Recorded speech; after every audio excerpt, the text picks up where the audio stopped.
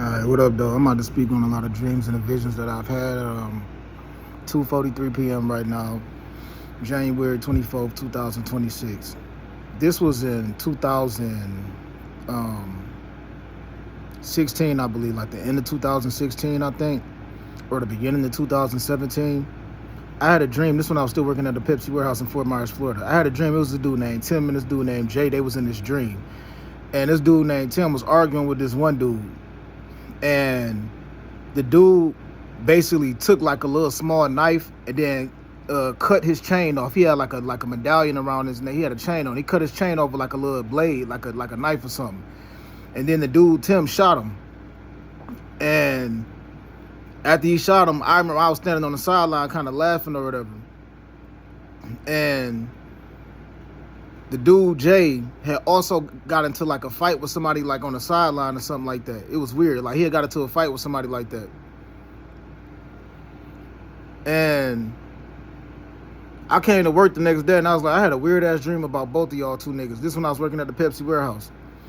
And he was telling me, he ended up telling me that what had happened, kind of sort of what had happened. He told me what I dreamed about kind of sort of had happened that day because the dude Jay, he told me somebody came and like came on his front porch or something like that and asked where his girl was at and he hit him in the face. He told me this, like he told me this actually happened in reality. And then the dude basically ran off or something like that. Then he told me that the dude that reached out to his girl later on and was asking her, like, do you really love him? Because he was mad about getting hit in the face. I guess he was thinking about revenge. I remember this nigga telling me that story. The dude, Tim, told me that particular day, he had won a water chain. And he was like, what you dreamed about kind of sort of happened there. I was like, no, it really didn't because it was like,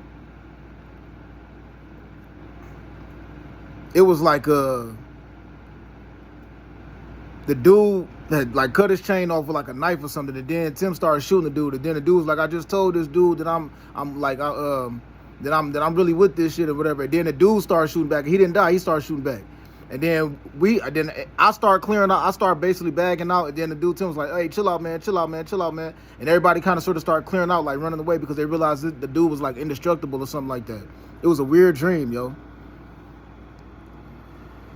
I had a dream one time that I was running through this hallway, and for some reason I was running on my, like, I was like crawling at first, like I was running and I was crawling, and I was like, I'm moving way faster if I'm crawling. And then I stood up and started running, and when I stood up and started running, I started running way faster. Not only did I start running faster, but I ended up almost running past the people that was running in front of me. It was this dude named Jovan and this dude named Jay that also worked at the Pepsi warehouse back in the day. And they was running in front of me. And I looked over to my left, and it was like, hey, no, it's a distraction. And it was some stairs. And it was like, it's a distraction. And then I ran down these small little bitty flight of stairs.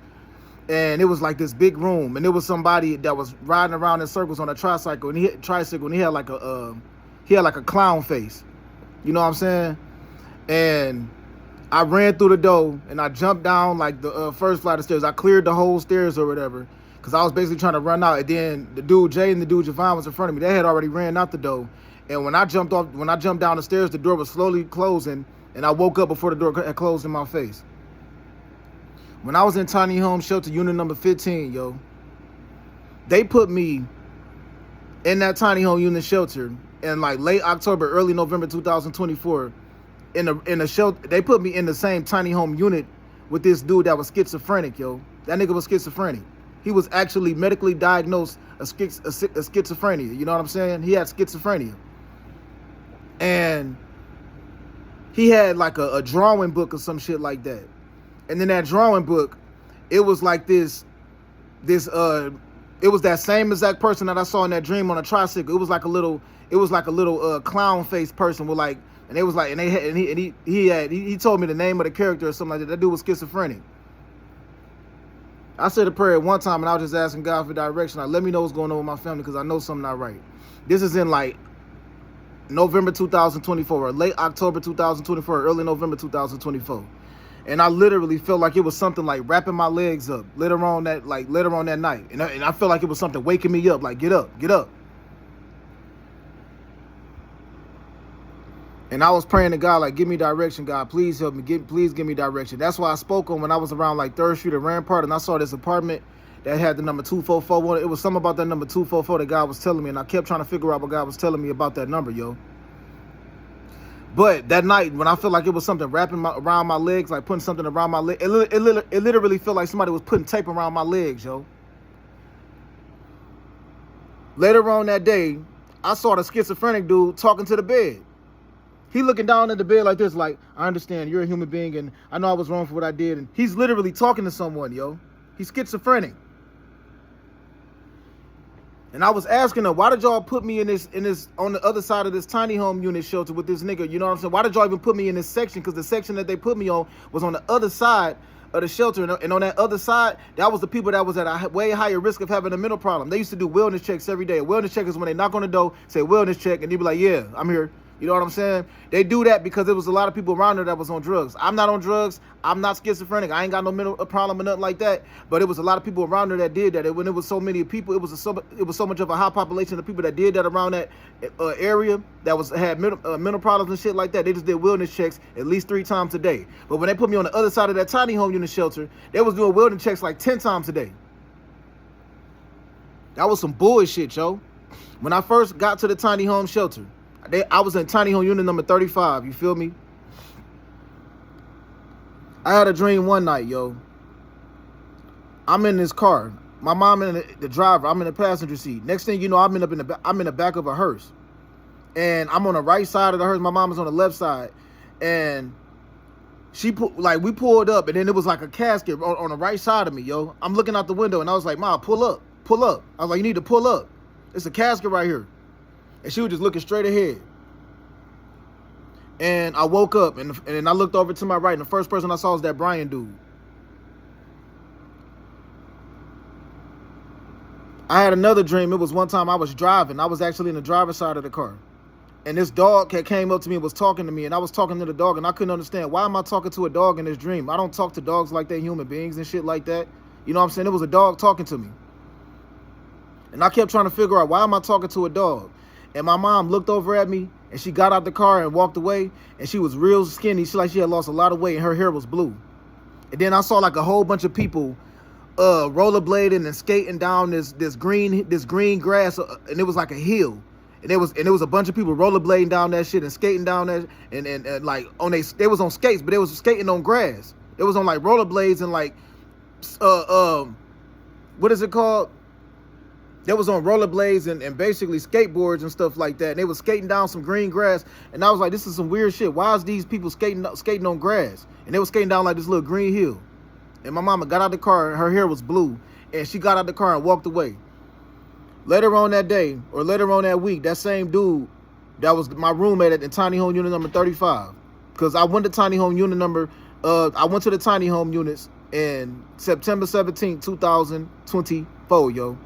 So, like I said, they put some dude in there. The first dude they put in there was some dude. He wore like a whole lot of red, and I remember his caseworker was this dude named Kendrick. Then they moved that dude out like 2 days later. He left. He ended up leaving the tiny home units. Then they moved some dude in there named Slim in there.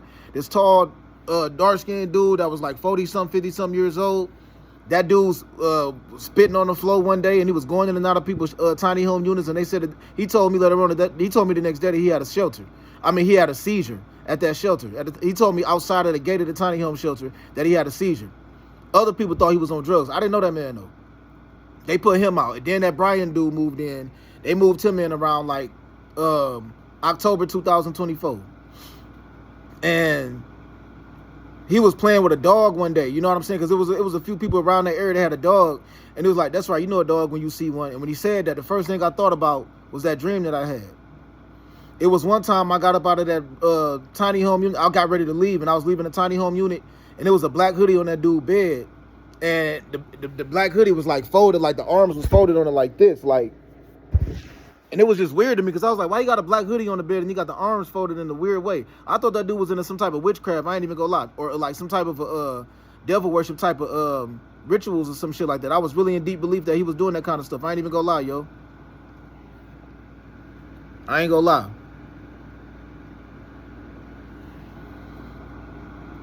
So when I had like a argument with that dude one particular day, and he was recording me, and I know he put me on Snapchat, and he was asking me if I be going around transgenders and shit like that, and he was asking me where my mama was at and stuff like that. I ain't never in my life like experienced a situation like that when I just had to humble myself and say, all right, man, I'm not from here. Let me just be chill, because where I'm from, don't saying stuff like that don't fly. So when he asked me where my mom's was at, the first thing I thought about was them dreams that I had, Joe.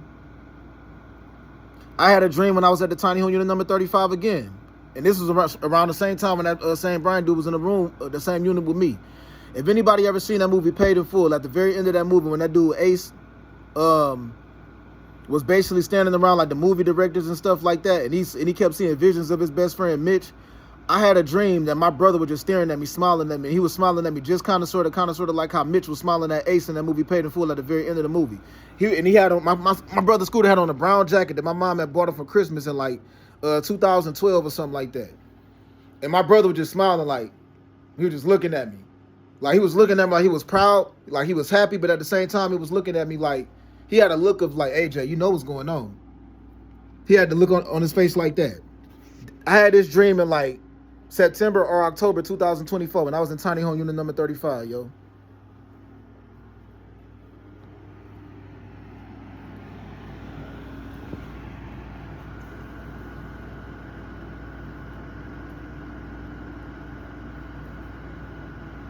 One time when I was living on Canal Street, 2145 Canal Street, yo. This is back in 2015. This is like January, February, or March of 2015. My cousin Washawn was talking to me, and he was just like, man, you know me, man. You said they said that it was some bitches around. You know me, man. You know I don't really fuck around like that. You know what I'm saying? You know if it was some bitches around, there was some bullshit going on. He was basically talking like what had happened, or like, because I was still trying to figure out what had happened. Like, how did my cousin lose his life? You feel me? It's been times in life when I feel like I look like I was weak, so I just chose not to speak on certain things, right? The summertime, 2013. This girl that I picked up in the cab, got her number, left from where she stayed at around Puritan, Illinois. I came back. She told me to come back and pick her up. I came back and picked her up. We got drunk. I passed out on the bed on West Chicago and Terry Street where I was living at, and woke up and the cab was gone. She took the keys and left in the cab. And she left her keys with me. So I didn't know what the fuck she was on. I didn't know what the fuck that girl was doing. I was like, was she planning on coming back? I don't know. But when I woke up, that motherfucking cab was gone, yo. And I ain't even gonna lie, my mom was in the other room. So I went back around that area, and I'm like, where your daughter at? She stole my cab. And she hit me up. I took the bus over there. I left from West Chicago and Greenfield and took the bus over there to her crib. And then she hit me up like an hour later. She's like, you can get the cab from my mama house. I'm like, bitch, why the fuck you steal the car? Why the fuck you steal the cab? But that night before that, before me and that girl, before I had sex with that lady, she told me that her boyfriend gave her $500 and she don't got it no more. So she must have stole $500. In my mind, I'm thinking, no, you stole $500 from your brother. When I came to that house and took the bus to her mom's house and told her that she stole that cab, I was like, I fell asleep and she got my keys. Her sister was like, how you let her get your keys, man? So that means her sister already knew that she moved like that. And then she hit me up later on like, yeah, you can get the cab from my mama house. I'm like, bitch, why the fuck you steal the car? My mom had reported the cab stolen. My mom was going off on me, cussing me out. Nigga, get your shit, get the fuck out, nigga. She was mad as fuck at me. She reported the cab stolen. So I went back. After she called me and told me that I can get it from her mom's house, I went back over there. And when I came back to her mom's house, the fucking cab wasn't there. I'm like, where the cab at? She was like, it's on the other side of Livernois. She stayed in the street that was like a block right before Livernois or something like that. She like, it's on the other side of Livernois. I'm like, why you ain't just leave the cab parked right here? So I went on the other side of Livernois. I see the cab parked in front of a bando. It's just sitting there chilling. When I got in the cab, all the change was gone. My mom had like a little picture ID that all cab drivers have to drive. They stole that. She had to get another one of those printed out. You feel me? And I remember telling Cam later on about that situation. And Cam told me, I forgot the name that he used of the girl that he believed that it was, because around Puritan and that whole area over there, everybody know each other. So Cam was like, that's so-and-so, that's so-and-so. And I remember the name he told me. But The reason why I said I didn't want to look like I was a weak ass nigga, because I called up with Sean after that. And I was like, hey man, you know this have you ever seen this one lady that be around like West Chicago? I mean Warren and Greenfield area. You know what I'm saying? I forgot her name though. Me and Sean had got into it before that though. You know what I'm saying? We had got into it, so that nigga has just stopped coming around like around that time. But I had hit him up and asked him about that.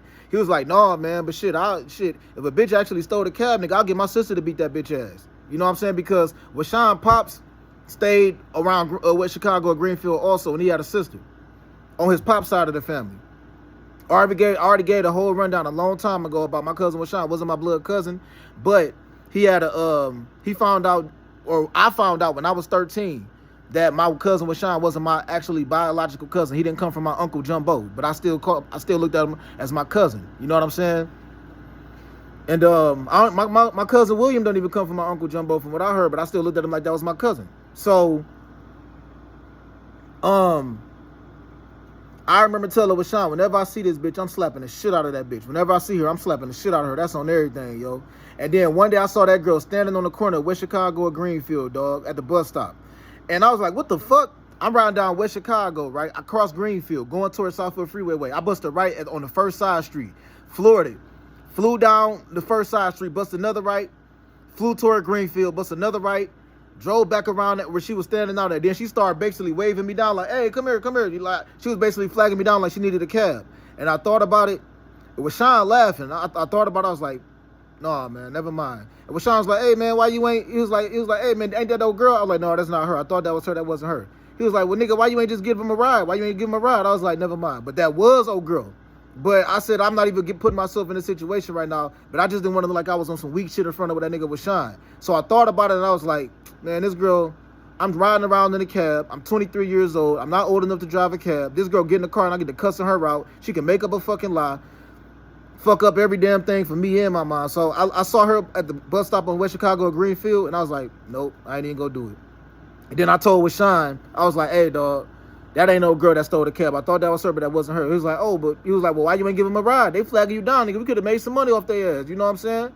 I'm like, never mind, bro. But that was her. I just didn't tell Sean that because I was telling Sean for like the last 2 weeks after that girl stole that cab. I was like, I'm beating that bitch ass when I see her. But I never in my life physically assaulted a female. But when I saw her, I thought about it and I was like, I ain't even gonna do it, Joe. And I drove off. You feel me? Drove away from that shit. When Sean went to jail for like a year, I think this was like 2010 to 2011, he told me that he smacked some girl up around Southwest Detroit, and then she testified in court against him. And I remember him telling me that his sister was talking about beating old girl last because when Sean was telling me he was in a relationship with old girl. And the way he told the story, it was kind of funny because he told me that she was fucking with another nigga, and when he ran up on her, she had a bike, and she was like running with a bike. And he said it was the way she was running with the bike, like, she basically kind of, when she realized that he was walking up on her like, bitch, you playing me for a fool? Because he told me that some nigga pulled up on him in a whip and was talking to her or whatever. And then she got out some nigga car or something like that. And he like basically like walked up on her like mad as fuck. And she said, he told me like the way she was walking with the bike, she was walking straight. But then when she saw how he was walking, she kind of started running sideways with the bike. And I remember we were just laughing, talking about this shit, laughing hard as fuck. That nigga Rashawn was telling me the story about this shit. And he told me that the girl basically made a police report against him and then like dropped it or chose not to show up. But then everybody was like pumping her up and egging her on to go back to court. So that was why she went back to court to testify against that nigga. And he ended up getting like an assault and battery or domestic violence charge or some shit like that. And I remember laughing about that shit with that nigga. Like, that's what your stupid ass get, nigga. And he was talking about how he was talking about getting this girl to beat her ass because the only reason why she basically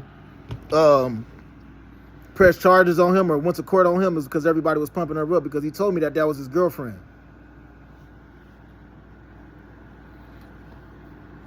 Man, look. Rashawn told me the story about how he got shot. He told me like a week before he got shot, right? He told this one girl that he was fucking with. It like a bunch of bed bugs had a party on her ass because he said she had some bumps had like the bumps and the freckles on her ass. I be liking it when I see ladies with the freckles on their ass and shit, but I'm not about to get off topic.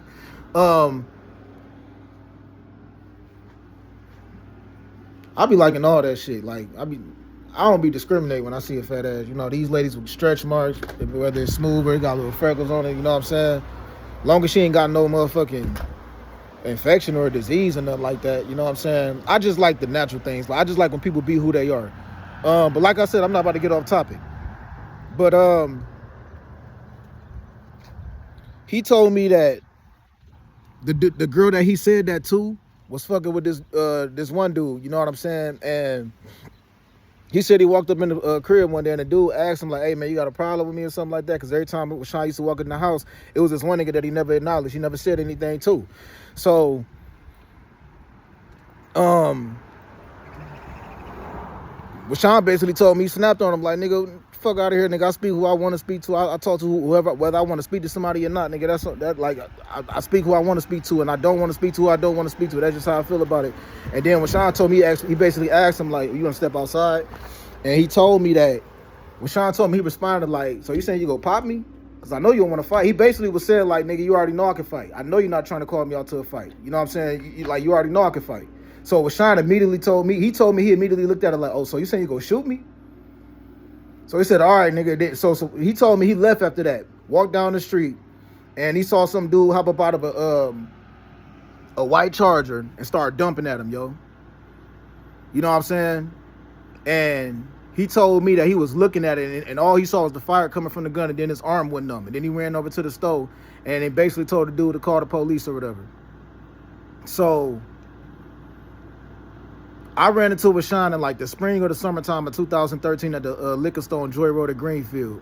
My mom told me he got shot in the stomach. Around the time when she told me that he got shot in the stomach, this was around like November 2012. No. This was right after November 2012, because I remember right after I went to go vote, and I told my mom, I saw with Sean in the building, I went to go vote at, because it was this little church-looking place or something like that that was right off of West Chicago and Greenfield. I went in there to go vote, and I ran into with Sean. This before he got shot.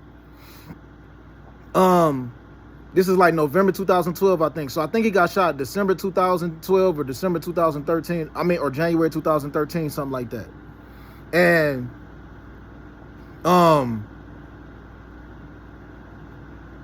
when he got shot, my mom told, I still remember my mom and my auntie Emily was living with us, because my auntie Emily had got she got into some type of altercation with her daughter and stuff like that. So my auntie Emily was living with me and my mom in West Chicago and Greenfield, or West Chicago and Terry to be exact, in 2012, yo.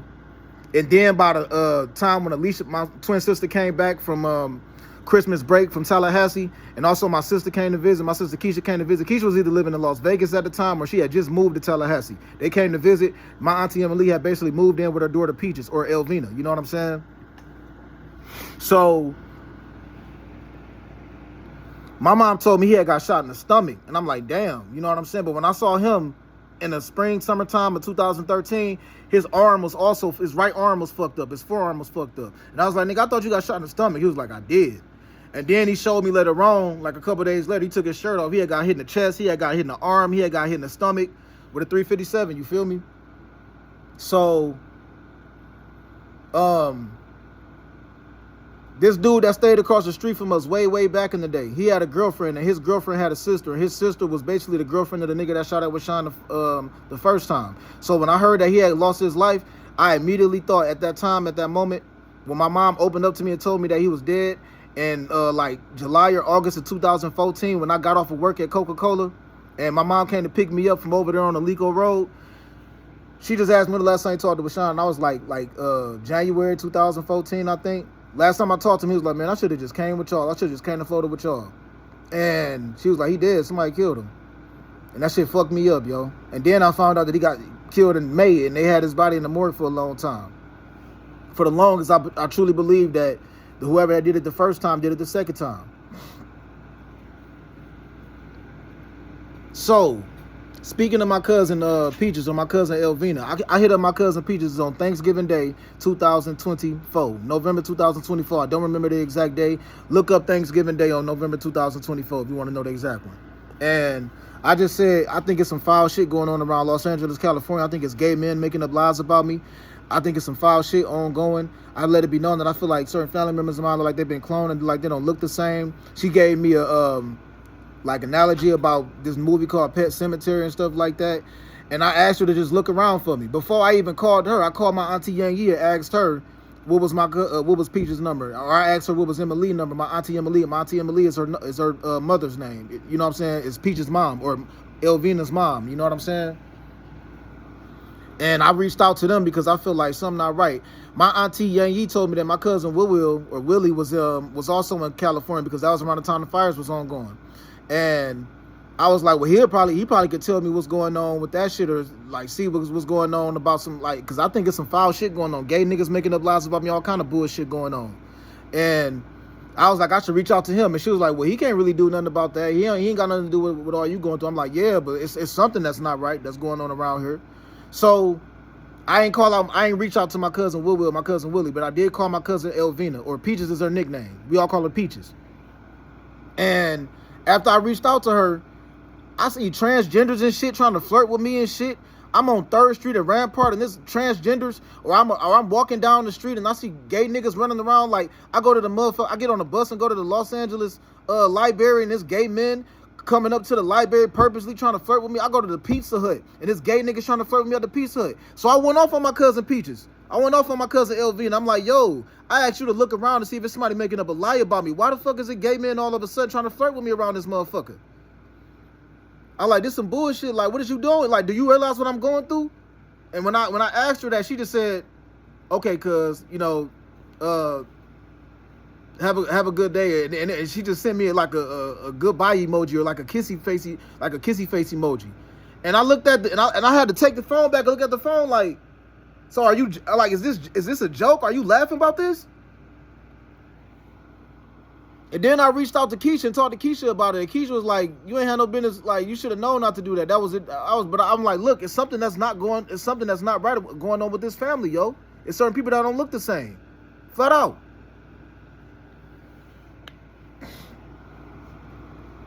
The whole time my auntie Emily was living with me and my mom on West Chicago and Terry Street back in 2012, nobody ever stepped foot in that house. Back at that time, I wasn't even bringing, like, I started bringing ladies in that house when that, like, after she basically moved out. Or I would bring some lady in that crib when nobody else was there. If it's some nigga walking around saying he ever stepped foot in my mom's crib, it's either my cousin Teray or a couple other niggas that me and Teray used to hang out with back in the day. Cam stepped in that house on West Chicago and Terry Street back around like March of 2013. And that's about it, dog. Or like March or January 2013. I remember Cam coming by that house one time, and I was the only whatever. Like, my mom wasn't there. But the whole point I'm making is,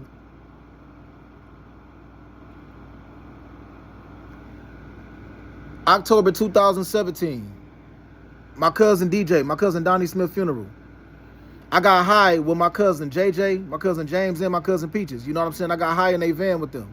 This was right after the funeral, after the repast and stuff. I got high with them. Smoked the blunt with them. I fucked the blunt up, you know what I'm saying? Because I was on some drunk shit and I fucked the blunt up terribly. You know what I'm saying? I couldn't roll on that day. You feel me? I fucked the whole blunt up. But I lost my Galaxy S6 Edge Plus. It was the gold. It was when those golden Galaxies was out. Those gold phones. I looked all over. I couldn't find it. So I went to the, I think this was the Verizon store off of 12 Mile and Telegraph. And I got me a Galaxy Note 5. I still remember this. And then it resurfaced like a day later. And it was like, yeah, we got your phone. We found your phone. You know what I'm saying? They found it under the seat somewhere. And I just left it alone. Like, I didn't see it. I didn't see it nowhere. I looked all over. I looked all through the car. I came back the next day and looked all through the car. I ain't find it. So I thought that it got stolen. I ain't gonna lie. And I thought that my cousin Peaches had possibly took them pictures that I had, the videos that I had of the ladies that I was engaging in sex with around Fort Myers, Florida, and probably gave it to somebody in Detroit to try to frame and sabotage me. Because I thought for a while this was what people was doing. They was basically telling somebody to act like they talking to me, telling some lady to act like she in a relationship with me, or even worse, telling some man to act like he talking to me in a flirtatious homosexual way. I'm not homosexual. I'm not talking to men. I'm not flirting with men. I thought that they were basically doing that, and they were saying at some given point in time we'll be able to make it all hold weight. So if you hack somebody's phone and then message a whole bunch of people for a long time under my image, under my account, under my cell phone number, and then a year later you tell that person to come around me and I'm drunk or I'm high, and I get my dick sucked, or I smash this girl or something like that, and it's on video, then they can completely ruin the rest of your future, because they can make it look like, look at all of these text messages, all these phone calls. You know what I'm saying? See, I told you that nigga was on some bullshit. So I thought that was what had possibly happened with that cell phone, because it just disappeared. But it was only, you couldn't unlock that cell phone because it had a code on it. But like I said, these days, these flipper devices, people got USB cords they could just put up to your phone and stuff like that, and they can easily get all of your information without you ever putting a code in. So I don't know if that had happened, but I did speak on this one lady that I was talking to that stayed at Cape Coral back in the day. She had a son that was in high school. Me and that lady was having sex. It was another lady that I had sex with back in the day. I forgot her name. She was dark skinned, thick. I had sex with her. I recorded her. I had some videos of me having sex with Mona in that video and all of that. So the whole reason why I'm speaking on this is because I just wanted to include, when I reached out to my cousin Peaches in November 2024, like how things got extra weird all around me after that. You feel me? That shit made me mad as hell. I ain't gonna lie. I had went off. I sent her a message going off because that shit made me mad. About that dream again, when I saw that it was people skating on the grass, it was a dog that came up to me, and I was talking to the dog. But I wouldn't talk to a dog like a dog is a human being. I like dogs and stuff, but I wouldn't. Some people overdo it. I wouldn't treat a dog like a human being and stuff like that. You know what I'm saying?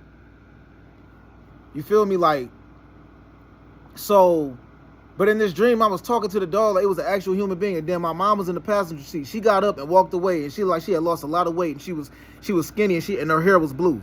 And then she just got up and walked away from me. And I saw a whole bunch of people skating and rollerblading down this green grass. In the summertime of 2018, I came back to Detroit, Michigan, yo. And while I was in Detroit, it was this one girl that used to be rollerblading and skating in this big ass parking lot that was on Grand River and Evergreen. I pulled up on her one day when I was in a black Tahoe truck. This was right around the time, this was right after that Doughboy Cash Out party, because I had smacked my car, and I had it at this car place called, it was on Puritan and Livernois. My cousin Deshaun King is the one that plugged me with that dude that was the mechanic, because USAA asked me if they wanted to basically take it to a place that they prefer, or if I wanted to send it to a mechanic that I would prefer. And then my cousin Deshaun gave me the number to this one dude that was on Puritan and Livernois. That was a bad idea, though, because that dude got me for like $6,000. So he put a bad part on that car that came from a scrap yard. That wasn't my cousin Deshaun fault, but he put a bad part on that car that came from a scrap yard. Did a little bit of maintenance work on it. He put some bullshit paint on it that didn't even match the paint that it came from. That man put like 6 bands in his pocket, yo. Flat out. So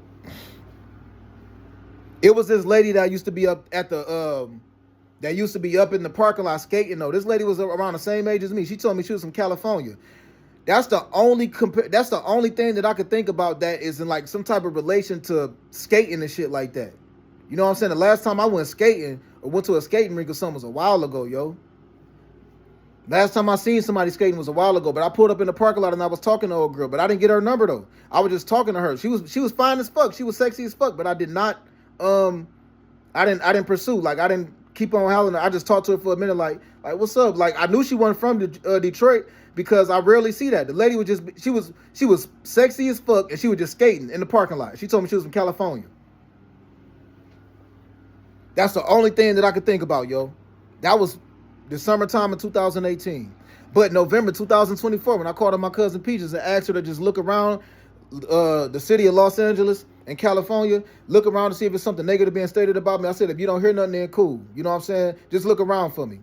After that, I went to go get something to eat. One nigga was like, what are you doing, bro? What are you doing, bro? What are you doing? I'm like, what the fuck? I'm getting something to eat, bro. I didn't cuss at the nigga, but I'm looking at him. I'm thinking, what the fuck, bro? I'm like, I'm getting something to eat. This was on Thanksgiving. He was like, man, we got to give you something to eat. We don't know where your hands been. I'm like, never mind, bro. I walked up out of there. Asked my sister to cash out me some money, yo. Asked my twin sister Alicia to cash out me some money. And when I was on the phone with her, the way she was talking, I think my family got reeled out to California, and a lot of people played me for food. This is what I think happened. I think a lot of niggas that was in gangs, that was probably in Bloods or Crips or folks or whatever, or a part of some other type of gang. I think that somebody made up a lie about me a long time ago that was in a gang. You feel me? And I think that other niggas that was from other states came forth and they said, okay, I'll help you fuck this nigga life up. I'll help you attack this guy.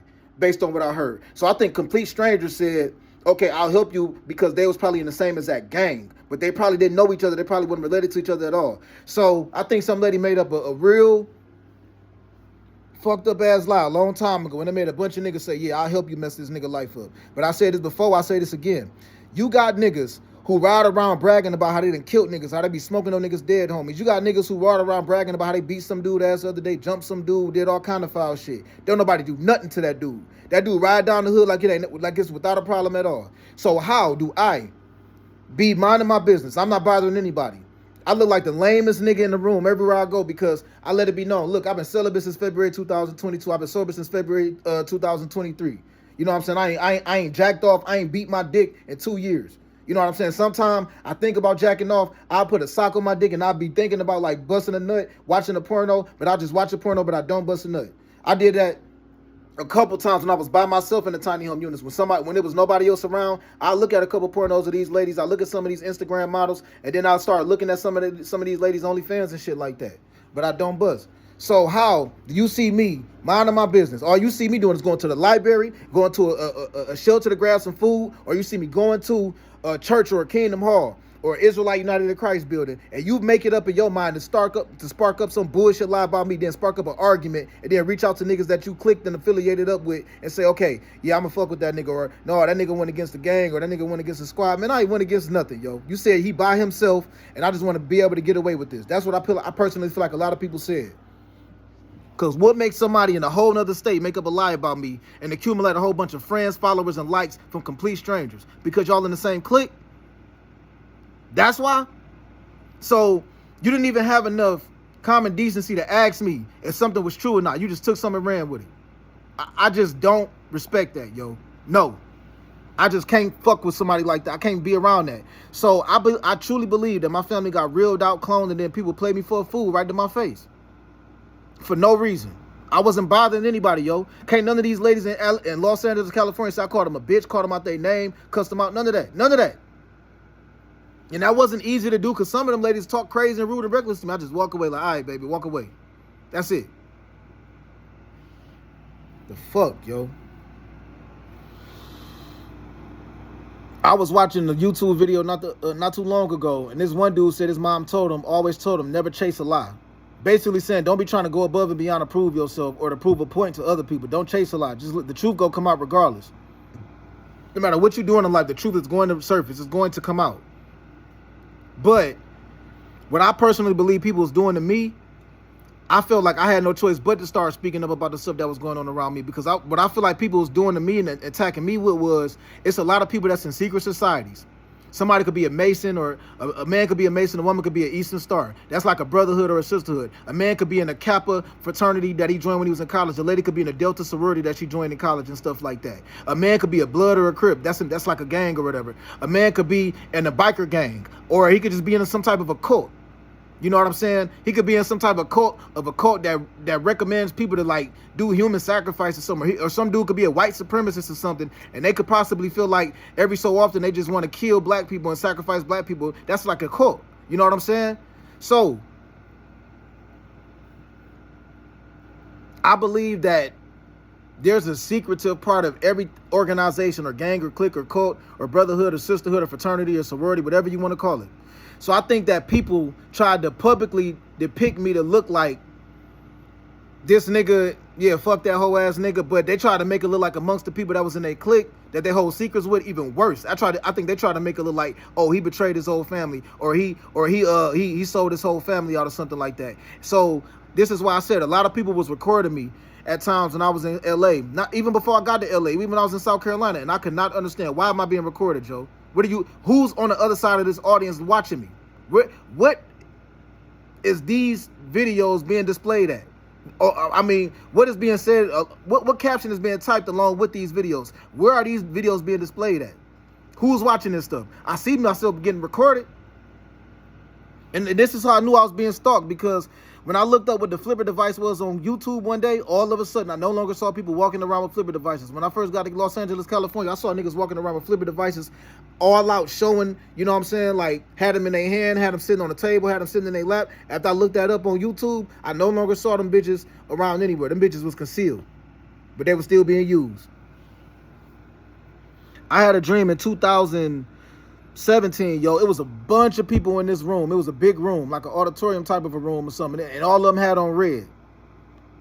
And I got into a fight with this kid that was like 19, 20 or something like that. This is when I was like 27, 28 years old when I had this dream. Probably even 26. I don't remember the exact year. I just remember having this dream. And I got into a fight with this dude, and everybody was sitting around, and they was like, hey, man, we could jump you. We could beat your ass, but we understand. He stole your phone. Some dude that stole my phone and was cracking jokes and laughing about it, and he was taking advantage of the fact that he was with a whole bunch of people. All of them had on red, so I just assumed in that dream that all of them was Bloods. And me and him had fought. I got my phone back, and I remember it was this dude that was like, next thing you know, I was like sitting at like the upper part of the stadium or the auditorium where I was at, like upstairs, and there was this one dude. I looked over to my left, and I was looking at this dude. He had on like some white Cartier buff frames, some white buffs, and I was like, hey, bro, you from Detroit?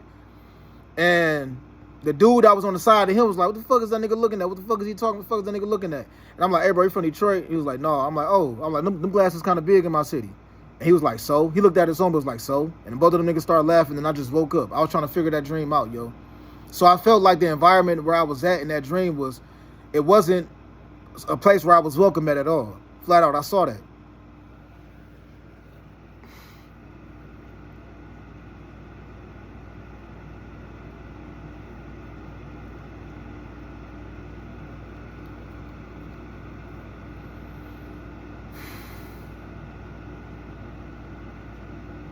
So I think people try to reel my family out, play me for a fool, and then they try to say it's his fault at the same time, and then nobody told me directly.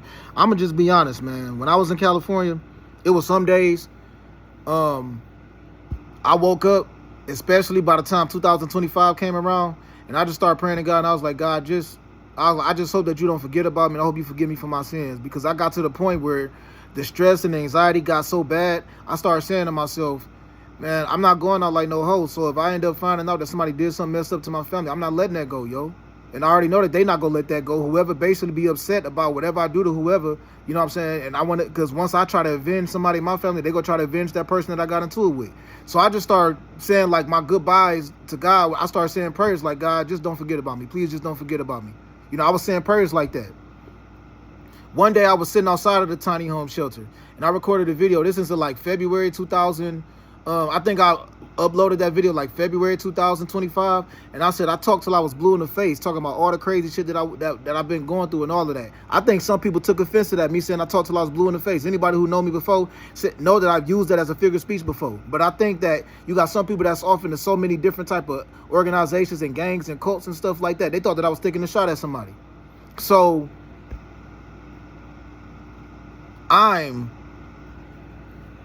basically in the tiny home shelter, unit number 31, and I hear somebody wheezing hard like, why?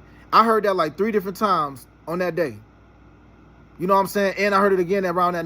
I heard that like 3 different times from the day to the nighttime, around like 7 p.m., around like 10 p.m., around like 3 in the morning. I heard that. So either somebody had a recording or somebody was just like doing some foul shit, yo.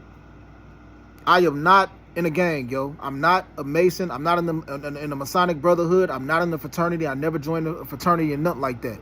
What fucked me up more than anything else is every time I was reaching out to my whole family, nobody was telling me anything. Everybody just pretty much left me hanging. So in my mind, I'm like, damn, did my family in Carolina get cloned also? Man, let me finally open up about this too. Look, yo. It was times I woke up out of my sleep when I was in St. George, South Carolina. I heard the most irritating, excruciating sound in my ear. This screeching, just like it don't sound like rubber burning. It sounds like it's some type of a creature just like attacking you. I would literally be asleep and I would wake up, but I wouldn't be able to move a single muscle. And it's not sleep paralysis. I would not be able to move a single muscle. A lot of people will try to say, oh, it's sleep paralysis. Oh, that's normal. That's common. No, yo, no. And I would try to like fight, like whatever it is that like got me feeling like I'm binded and constricted. And when I try to fight it, I would literally start feeling myself losing more of myself more. It literally felt like the sunken place on that movie Get Out. Remember how he was like falling in that deep pit, and it's like he was like constantly like descending, falling farther and farther and farther down, and he was coming like disconnected with himself more and more and more. That's kind of sort of how I felt like when I would wake up out of my sleep And it's like my eyes will be closed and I say the prayer, Our Father God who art in the heavens, holy be your name. Please, Father, Jehovah God, let your kingdom come, let your will be done. I say that prayer in my mind because when I try to talk, it come out like this. I try to say Father, and it come out like Father. So whatever it was that was attacking me, it obviously wasn't something good because every time I said that prayer in my mind, whatever that was faded away. I never in my life went through that in Michigan. I never in my life went through that when I was living in Florida. But when I was living on Finger Road and when I was living on the Quaker Road, I was going through that, yo. And then when I went to the testimonial shelter, I experienced that again. And when I was at the tiny home shelter, I experienced that again. Those are the only 4 places that I experienced that at. Those are the only 2 different states that I experienced that at. South Carolina and California. That's what made me realize that whatever it is that was attacking me, that was not something of God. And a lot of people would try to say, maybe you was just dreaming. If you feel like your eyes was closed or you couldn't even open your eyes until one particular day, it wasn't nighttime, the sun was up, I opened my eyes and it was like a smoky cover over my eyes. It was like I could only see like the bottom part of my vision. So kind of sort of how you can only see like me talking like this, that's kind of sort of how it was like. And that was a demon, yo. Those was demons or that was the devil, flat out. A lot of people go say he crazy, he retarded. You know, people try to take what I'm saying and try to use it against me. My eyes is open. I'm not dreaming. I see some like smoky black veil over my eyes. I'm in St. George, South Carolina, yo. And I couldn't. And I tried to say, Father God who art in the heavens, and it just came off. I couldn't. And then it got to the point where I couldn't even talk. And then when I tried to fight it physically, it started taking over me more. Meaning it was like I was losing control. I was losing myself while I was asleep or while I was laying down. And then I said the prayer in my mind, Father God who art in the heavens, holy be your name. Please, Father, Jehovah God, let your kingdom come, let your will be done. And it faded away. That right there told me, dog, that the devil is real. And if the devil is real, God is real. I don't know still to this day why God allowed that to happen to me, allowed me to go through that. But I saw right then and there that it's a lot of people that's off into witchcraft. You got some women who getting paid millions of dollars to basically tap into a man's life and see what his life is about. You got some, man, look, ain't no nigga gonna come forth and say, I want everything that Alvin McCray Bretman Jr. is meant to have. I want everything that AJ meant to have. Ain't no nigga gonna come forth and say that. But behind closed doors, it do be people that go and talk to people that are spiritualists. God says, don't mess with any of that. Don't mess with none of that. That's why I said back in the day when I was sexually active, it was a lot of these ladies that I used to have sex with back in the day, and they used to tell me that they was off into that stuff. I used to just laugh because I didn't believe it. I didn't believe any of that. I didn't believe that that could affect me. It was some Haitian dudes I used to be cool with when I was working at Coca-Cola. They told me people in Haiti will write your name on a piece of paper and all of that, and next thing you know, you'll be going through some crazy stuff for the rest of your life. I'm like, no, I don't believe that. I used to laugh at that kind of stuff. When I first got to the LA Mission Shelter, July 12, 2024, it was this dude in the white Tesla. It wasn't that dude, that dark-skinned dude that everybody called New York. As a matter of fact, I told that nigga when I got in the car, because he was basically trying to go to the T-Mobile store, buy a free phone, get me to use my credit to get a phone, and then he was going to give me some money for it. When I realized it was some scam type shit, I was like, nah, bro, I'm good. And I was like, bro, you look kind of like Kendrick Lamar. I told him that. He looked like a lighter version of Kendrick Lamar. He was in an all-white Tesla, but it wasn't that dude that was from New York. You know what I'm saying? So this dude, he opened up the console in the Tesla one day because he used to pull up at the LA Mission and ask people like, hey, y'all want, like, you want to make some money right quick, whatever, you feel me? He opened up the console on the Tesla one day and the paper fall out and it say Alvin on the paper. I ignored it. I completely ignored it, but still to this day, I think that dude was telling me, hey, man, there's certain people out here that don't like you. There's certain people out here that's basically like trying to get you. So I feel like some people have tried to give me like a hint, like just like a nudge. Like, hey, nigga, I see you out here. I know you're a prophet. There's a lot of people that don't like you. You know what I'm saying? Hey, you know what I'm saying? And they'll just kind of sort of like nudge me and let me know. Because they respect the walk that I'm on. Man, look.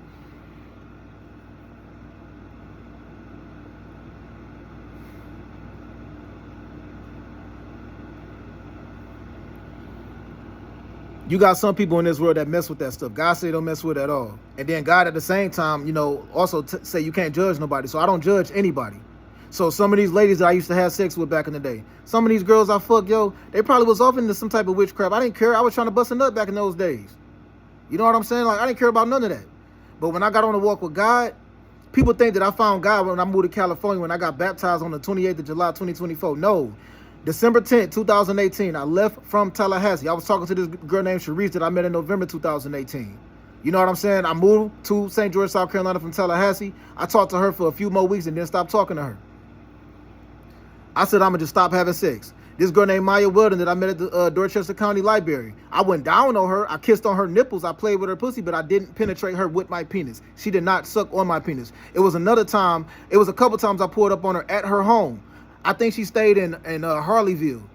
She invited me to come into her house, you know what I'm saying, a couple times, and I said, no, I'm not going to do it. Maybe some other time. But I stopped talking to her when she called my phone one particular night when she had her Bluetooth connected to her phone and she had some other nigga in her car and she was doing some shit that was foul, and she basically called me to humiliate me while she was with another nigga, and I left her alone after that. But I did not penetrate her. So I did not count that as sex, as me actually having sex. This lady named Sierra, I was driving across the bridge, the James Island Bridge, you know what I'm saying, to meet up with her. I thought she possibly had a nigga back at home. I got in her, she got in the car with me, you know what I'm saying? I started kissing on her nipples, playing with her pussy and stuff like that. This was May 26, 2021, but I did not penetrate her. She didn't give me head, so I did not count that as sex. December 22nd, 2020, this one lady named D that was around St. George, who number that I had got, this light-skinned lady who said she was from Brooklyn. I pulled up around her around this area called the block. She hopped in the car. I pulled out my dick. She pulled out her titties. I played with her titties. She grabbed my dick, but I did not have sex. I did not get my dick sucked. I didn't do anything with her. Like I didn't go down on that lady or nothing like that. I didn't eat her pussy or nothing like that. And later on, I think that lady was possibly a transgender, yo. So I was honestly grateful that I didn't even touch her pussy. I just, touched on her nipples and stuff like that. You know what I'm saying? But I didn't kiss her in the lips or nothing like that. So I was just grateful for that. Because my cousin Shamar told me that she be hanging out with this dude named Lamont. And Lamont, it was two Lamonts in St. George. That was their cousin Lamont, this light-skinned dude named Lamont, and it was also this gay dude that basically do funeral home directing and stuff like that. And I think that my cousin Shamar was telling me that it was the gay dude Lamont that the light-skinned lady named D be hanging out with. I don't think it was his cousin Lamont. Because when he referred to Lamont, he didn't say be hanging out with he didn't when I was giving him a description, he didn't say like she be hanging out with my cousin Lamont. He said this dude named Lamont. So the fact that he referred to him as this dude named Lamont and not his cousin Lamont, that made me believe, okay, that's not the same Lamont, yo. So if that lady was hanging out with that gay dude, that was probably transgender. But I didn't have sex with that lady or that transgender. Thank God I didn't. You know what I'm saying? By June 2021, I received oral sex from this lady in Walterboro, in the city of Walterboro, yo. By November 2021, I said this shit a bunch of times. I had sex with this lady named Shar in St. George, South Carolina. That was my first time. I counted that as sex, you know what I'm saying? Because I actually penetrated her. But right after that lady that I got head from in Walterboro, South Carolina, it was this girl named Jana. I got head from her in Holly Hill. But I did not penetrate her with my penis. You know what I'm saying? I went down on her. She went down on me. When she got done, like she made me bust, you know what I'm saying? I played with her pussy a little bit, sucked on her nipples and stuff, but I did not penetrate her. You know what I'm saying? And then by November 2021, I penetrated that lady named Shar. I met her in the summertime of 2019, and I stopped talking to her when she said she was with somebody. October 31st, 2021, I sent out a whole bunch of messages on my cell phone to a whole bunch of ladies that I had basically, number I had got back in the day or probably the last year or so of my life. Because it was Halloween night, I was kind of buzzed, I was kind of drunk. I was outside the strip club in Charleston, South Carolina. So I just sent out a couple messages because, to be honest, if somebody had basically responded back, I would have had sex with them that night. But I didn't get a response back from anybody that night. I got more responses back the next morning on the 1st of November, 2021. That lady sent me a picture. I let her on have sex with her, and I said I should have never had sex with you. She tried to corner me up in the kitchen like, no. Like, this ain't over till I say it's over. I'm like, no, this is a wrap. This was a bad idea. I committed adultery. I ain't had no business messing with you, yo. I had no business having sex with you. And I stopped talking to her, yo. I left her alone. By February 2022, I got this lady number named Martha at the Shell or the Circle K gas station that was connected to the Taco Bell. She was in there buying some blunt wraps. I got her number, and then a few days later, I had sex with her. Yo, that was February 2022, and that was the last time I had sex. So, with all of this being stated, a whole bunch of lies got sparked up after that because a whole bunch of foul shit happened. That lady, Martha, was dark-skinned, thick. She had a daughter that was like 14, 15 years old, Joe. And when I had sex with her, I gave her a massage first. You know what I'm saying? Like, I went to her room, was giving her a massage, and then I started fucking her from the back. And then I laid down and she started giving me head. And I started playing with her pussy while she was giving me head. And then she got back on top of me, and she was basically like doing the reverse cowgirl position, and she was riding me from like the back, and I bust. When I bust, I got up, I put my pants on, and she was laying back on her stomach, laying back on her back, like playing with herself with the with this little pink vibrator. And I was like, let me see. And I moved the vibrator out of the way because I just wanted to see her vagina. I ain't even see it. You know what I'm saying? Because the positions, based on the positions, I didn't even see her pussy yet. I felt her pussy. I went in her and stuff like that. And then after that, I'm like, where that condom go? Where that condom go? Where that condom at? She like I don't know. And then that was it. That was it. I left up out of there after that and told her that later on, like, if you're doing something scandalous, you need to stop. That was the last time I engaged in sex, yo. The whole point that I'm making is, speaking about these ladies that mess around with that witchcraft and stuff like that, Sharice Perkins, yo. I don't know if she was in a witchcraft or not, but she did have a whole bunch of cards and stuff like that. She had these cards. No, she had a book. It wasn't cards. It was a book. No, hold on. I think she had a book and she had cards. And it was basically like talking about birthdays and astrology and shit like that. And one day she recorded herself giving me like a gift and shit like that for Christmas. And she also was like reading off cards and shit like that. Man, look, Sharice told me a real fucked up story about this African dude that did her dirty, that she met at this club called The Moon. You know what I'm saying? She had a one-night stand with that dude, and she told me she got anxiety because she had a one-night stand with that dude. And I was like, no, it's more to that story, Sharice. I'm like, it got to be more to that story. You know what I'm saying? Because you don't just get anxiety from a one-night stand. It's Tallahassee. Everybody fucking. But when she opened up to me about what that African dude did, I was like, damn, that's fucked up.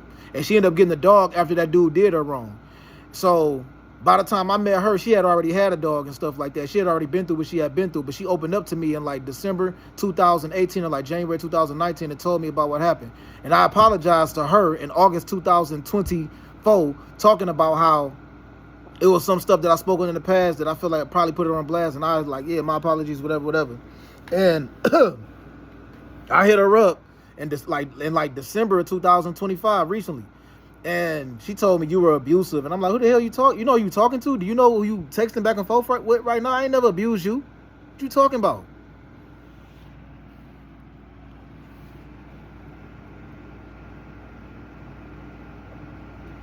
But that dog that used to be in her apartment back in the day when she stayed on Blount Street, I think the name of that street was. That dog used to be growling at something in the corner of the apartment. He used to just be growling, like looking at something. I'm like, yo, what is your dog looking at, yo? And I know he done this before. It ain't like he just seen that. That dog been doing that. So I think that lady had like a spirit in that house or something like that, yo. You could be fucking around with that stuff and not even know that you're doing it, yo. Just because somebody mess around with that stuff, that don't mean that they're doing devil worship. But if God say don't mess with that, he mean don't mess with that for a reason. Because you could be doing stuff that you don't really know what you're doing. You may think you know what you're doing, but you really don't know what you're doing. So back in the day when all of these ladies used to be talking about how they be doing all kind of witchcraft and shit like that or black magic, I used to laugh at that shit. I used to laugh at that. I didn't believe in none of that. I didn't believe that kind of stuff could affect you in any kind of way. So I used to feel like I'm just putting my dick in her down. That don't mean that I'm actually I used to look at it like all I'm doing is put my dick in her. It ain't like I'm actually like doing something evil or something like that, or even though I am having sex before marriage. But I used to just look at it from that point of view. And you really don't know what you're doing when you mess around with that stuff. That's why it's best to just not do any of that. But the whole point that I'm making is, it's people in this world that mess around with that stuff. And it's people that's getting paid to do this kind of stuff. So somebody probably reached out to some lady that was a spiritualist back in the day and said, hey, what's the process I got to go through to do this? What do I got to do this to this guy? What do I got to do that to that guy? You know what I'm saying? And there's some nigga possibly trying to steal my story. Probably reached out to some lady that was some type of a spiritualist that get paid to actually fuck lives up. Or some men that get paid to fuck lives up. Because they could be affiliated with a fraternity or a cult or a brotherhood or a gang or a biker gang or a clique, anything. And they could possibly say, okay, if you give me $50,000, then I'll make sure everybody shit on this man's image. I'll make sure don't nobody respect this guy. Nobody would know that it's coming from a hand that's kind of sort of a rich hand. Nobody would know that it's coming from somebody that's kind of sort of envious toward me. Nobody would know this. Nobody would know until things get way, way worse. And they just end up later on realizing, oh, this guy really is on the walk with God. Even if I messed up in the past, man, look, I was releasing videos at one point in time saying this baby is a part of 144,000 Israelites. That baby is a part of 144,000 Israelites. I stated before that I've been through confusion, so I'm still trying to correct myself. But it's somebody else that's possibly constantly saying, oh no, that nigga's a devil worship. His whole family is in the devil worship. I said sorry to my whole family for a lot of the stuff that I stated in the past, especially when I reached out to my cousin William and told him I'm dealing with a lot of messed up foul stuff. All of this is still new to me, yo. All of this is. So when I speak about being a part of the 144,000 Israelites, when I speak about being a part, having some type of a close connection to God, ain't none of that easy. It's still a lot of confusion around me, yo. I'm still trying to understand and process things. One of the main things that I learned was don't be talking about a lot of stuff that you dream about, because a lot of people is going to try to take what you talk about or dream about and convert it into something evil. They're going to try to say that's God punishing him. And then they're going to try to attack your family and say, God said I should attack your family. God said I should kill your family. Nowhere do God say, yes, kill that person in the Bible. I can't remember this one dude's name. It was some dude in the Bible that was like a warrior or something like that. And God basically gave him the okay to fight off an army, but he told him he had to praise God's name while he doing it. I don't know who that guy was. I just remember reading about that years back. And then the second time the army came back, God didn't even let him fight the second time. He used a bunch of bugs and insects and stuff like that to basically run off a whole army of people, stuff like that. So God can do whatever he chooses to do, whatever, you know what I'm saying? Like, it's not us, it's not our power, it's God. So when I think about like that dude in the Bible who named Samson, you know what I'm saying? The reason why he was strong as he was because that was a certain gift that God blessed him with. So, hey, God told him not to get with a certain lady. He got with her. They took that lady's life, and then he looked at it like no. And then he attacked a whole lot of people because of that.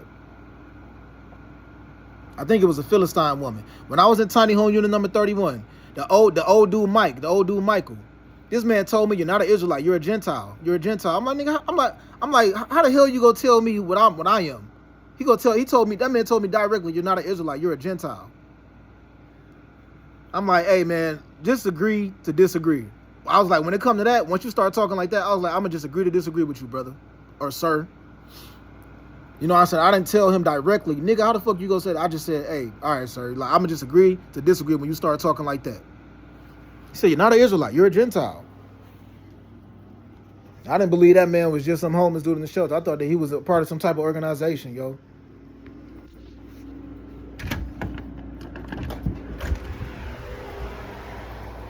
I'm still trying to do research and trying to see if they really did take 14 chapters out the Bible also. You know what I'm saying? Because I don't know if those was actually chapters by prophets that was written by prophets or not, but it is 14 chapters that's like on the side that I be trying to read into those, because I be saying either somebody took them out because it wasn't something in the Bible that God approved of, or they took it out because they didn't want everybody else to know about it. You feel me? Man, look, the main thing that I wanted to speak on though was the dreams that I recently had, yo, and this is a big reason why I said, like, if somebody attacking my peoples or my family, man, I'm not letting that go, yo. Because it's like, I'm not bothering anybody, and I wasn't bothering anybody. So if somebody in another state made up some lie about me, yo, and said some foul shit about me, and then somebody that was in the gang said, okay, I got you, gang. I'm going to help you fuck this nigga life up, gang. I mean, I look at it like, no, yo, you didn't do that to try to help somebody out. You didn't do that because you heard something foul about me, because this nigga's in your own hometown. This nigga's in your own city, your own state. Do everything under the sun, the worst things known to mankind. You ain't do none of that, nigga. So what made me so much of a public enemy number one? Sometimes I be thinking, okay, maybe it's my fault. I do remember the stuff that I said about my family. I do remember how I cussed people out. I do remember all the stuff that I was talking about when I was talking about all the stuff I went through growing up. And I came forth and I said, my apologies. A lot of stuff that I said, it wasn't even true. I made up lies, and I was trying to basically just bring peace to the whole situation. And the main reason why I said that, dog, was because it was just better to be the peacemaker, make peace with everybody. You know what I'm saying? But I had no idea that all this stuff was going to be happening, and people just expected me to not say nothing at all, yo.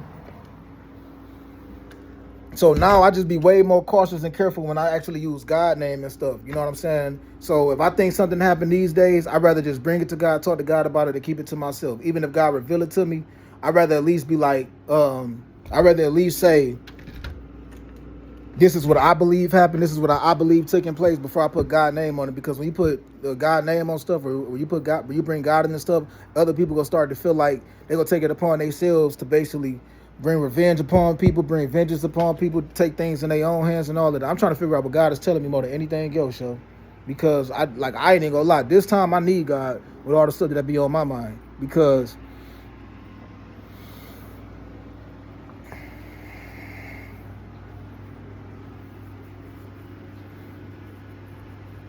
I wasn't just asking people that were homosexual men if it was something false being stated about me. You know what I'm saying? I was asking ladies. I was asking ladies also, like, hey, let me know if something going. What up, bro? I was asking ladies. I was like basically saying, like, let me know if something negative is being stated about me. I was asking ladies this. It was this one Hispanic chick that I said this to, yo. I asked her this. I asked her, she be like on IG and stuff like that. I told her, I was like, hey, let me know if it's something negative being stated about me. She was kind of attracted too, but I think she had a boyfriend at that tiny home shelter. She was kind of like, she was a little bit taller, like, you know what I'm saying? I still remember, like, I forgot her name, but it was this other dude that used to always be hanging out with her. It wasn't that dude Martin that had a girl that he stayed with. It was another dude that used to be always walking with that Hispanic lady. And I just asked her one day if something negative been stated or something like that. And she told me she would just like look around. But I wasn't trying to put a bug in everybody's ear and basically say, hey, it's gay men making up lies about me. Because, yo, like I said, I watched a video not too long ago. This dude said his mom always told him never chase a lie. Never chase a lie. Because you wasting your time. That's basically saying if somebody say something about you that's not true, fall back, leave it alone, let it go. But in my situation, what I've been through, I feel like people told lies and they kept accumulating more lies on top of more lies on top of more lies. And I had to speak up because if I didn't speak up, it would have got worse. Because look at where I'm at now.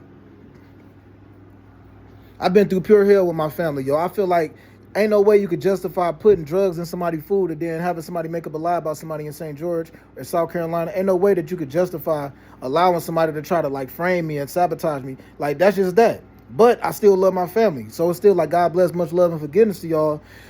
And I'm not saying that I'm willing to basically like ruin my life for my family and stuff like that. I'm just saying if I never did anything harmful to my family, why would I sit back and let somebody else do that, yo? Come on, man.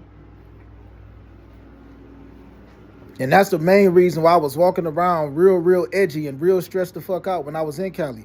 I said before, I don't give a fuck about what you're a part of, yo. I don't have any discrimination toward anybody. If you in a gang, whether you from the Caribbean or you Hispanic or you African American or you African or you Chinese, Japanese, you know, or Asian, out of these 8 continents that's on this earth, whichever one you was, you know, born on, you know what I'm saying, from wherever you came from, whatever you were part of, if you were part of a brotherhood or a fraternity or a sorority or a sisterhood, I don't have anything against anybody. I can't judge anybody. I made bad choices in my life. I made bad mistakes in my life. I did fucked up shit before in the past. I can't judge anybody. I'm not going to judge anybody. I'm going to try not to judge anybody. You feel me? So no matter what kind of gang you're a part of, no matter what kind of brotherhood you're a part of, or clique or cult or biker gang you're a part of, I don't discriminate. I don't judge you. I don't have anything against you. You know what I'm saying? And I keep it clear that I make it clear that I'm not a part of anything because I don't want people to basically look at me like I'm choosing a side, because there's been times I got a tool with some niggas in the past and then other niggas will get cool with me because I got a tool with they ops. And they'll be looking at me like, okay, I'm cool with this nigga right here because we got the same enemy. You feel me? So I always let it be known like, hey, I ain't a part of nothing. You feel me? But for me to go through the stuff that I was going through and going through the stuff that I was dealing with, that's why I was walking around like, nah, man, this shit that I'm dealing with, this shit that I'm going through, this is some bullshit, yo. I'm not about to just sit back and watch this happen. So when I was in Cali, yo, I was like, man, I don't know, man, this probably gonna be it for me, yo. I started thinking like that on certain days because I was like, I'm not about to let somebody bring harm to me or attack my family, anything like that, yo. I'm just not, and the visions that God was giving me, it was so direct, I didn't know what to believe. So I was feeling like, man, look,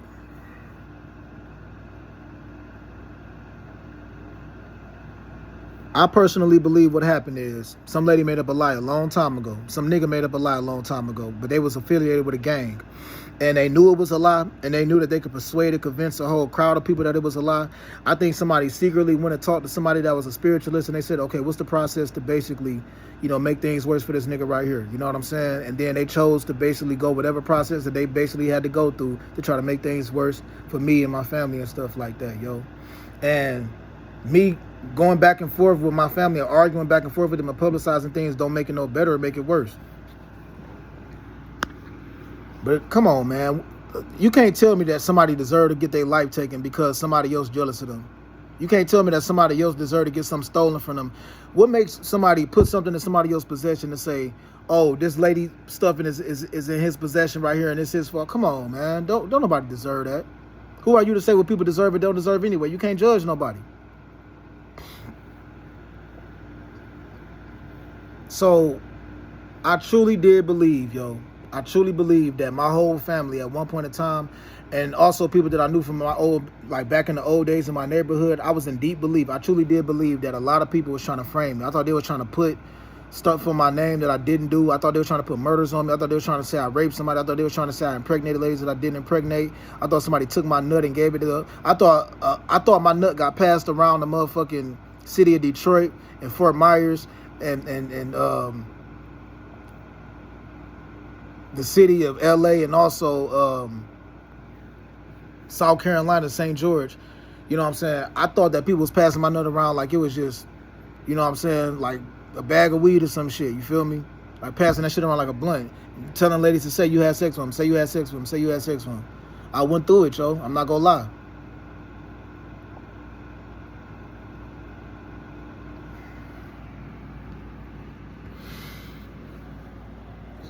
So look here, yo.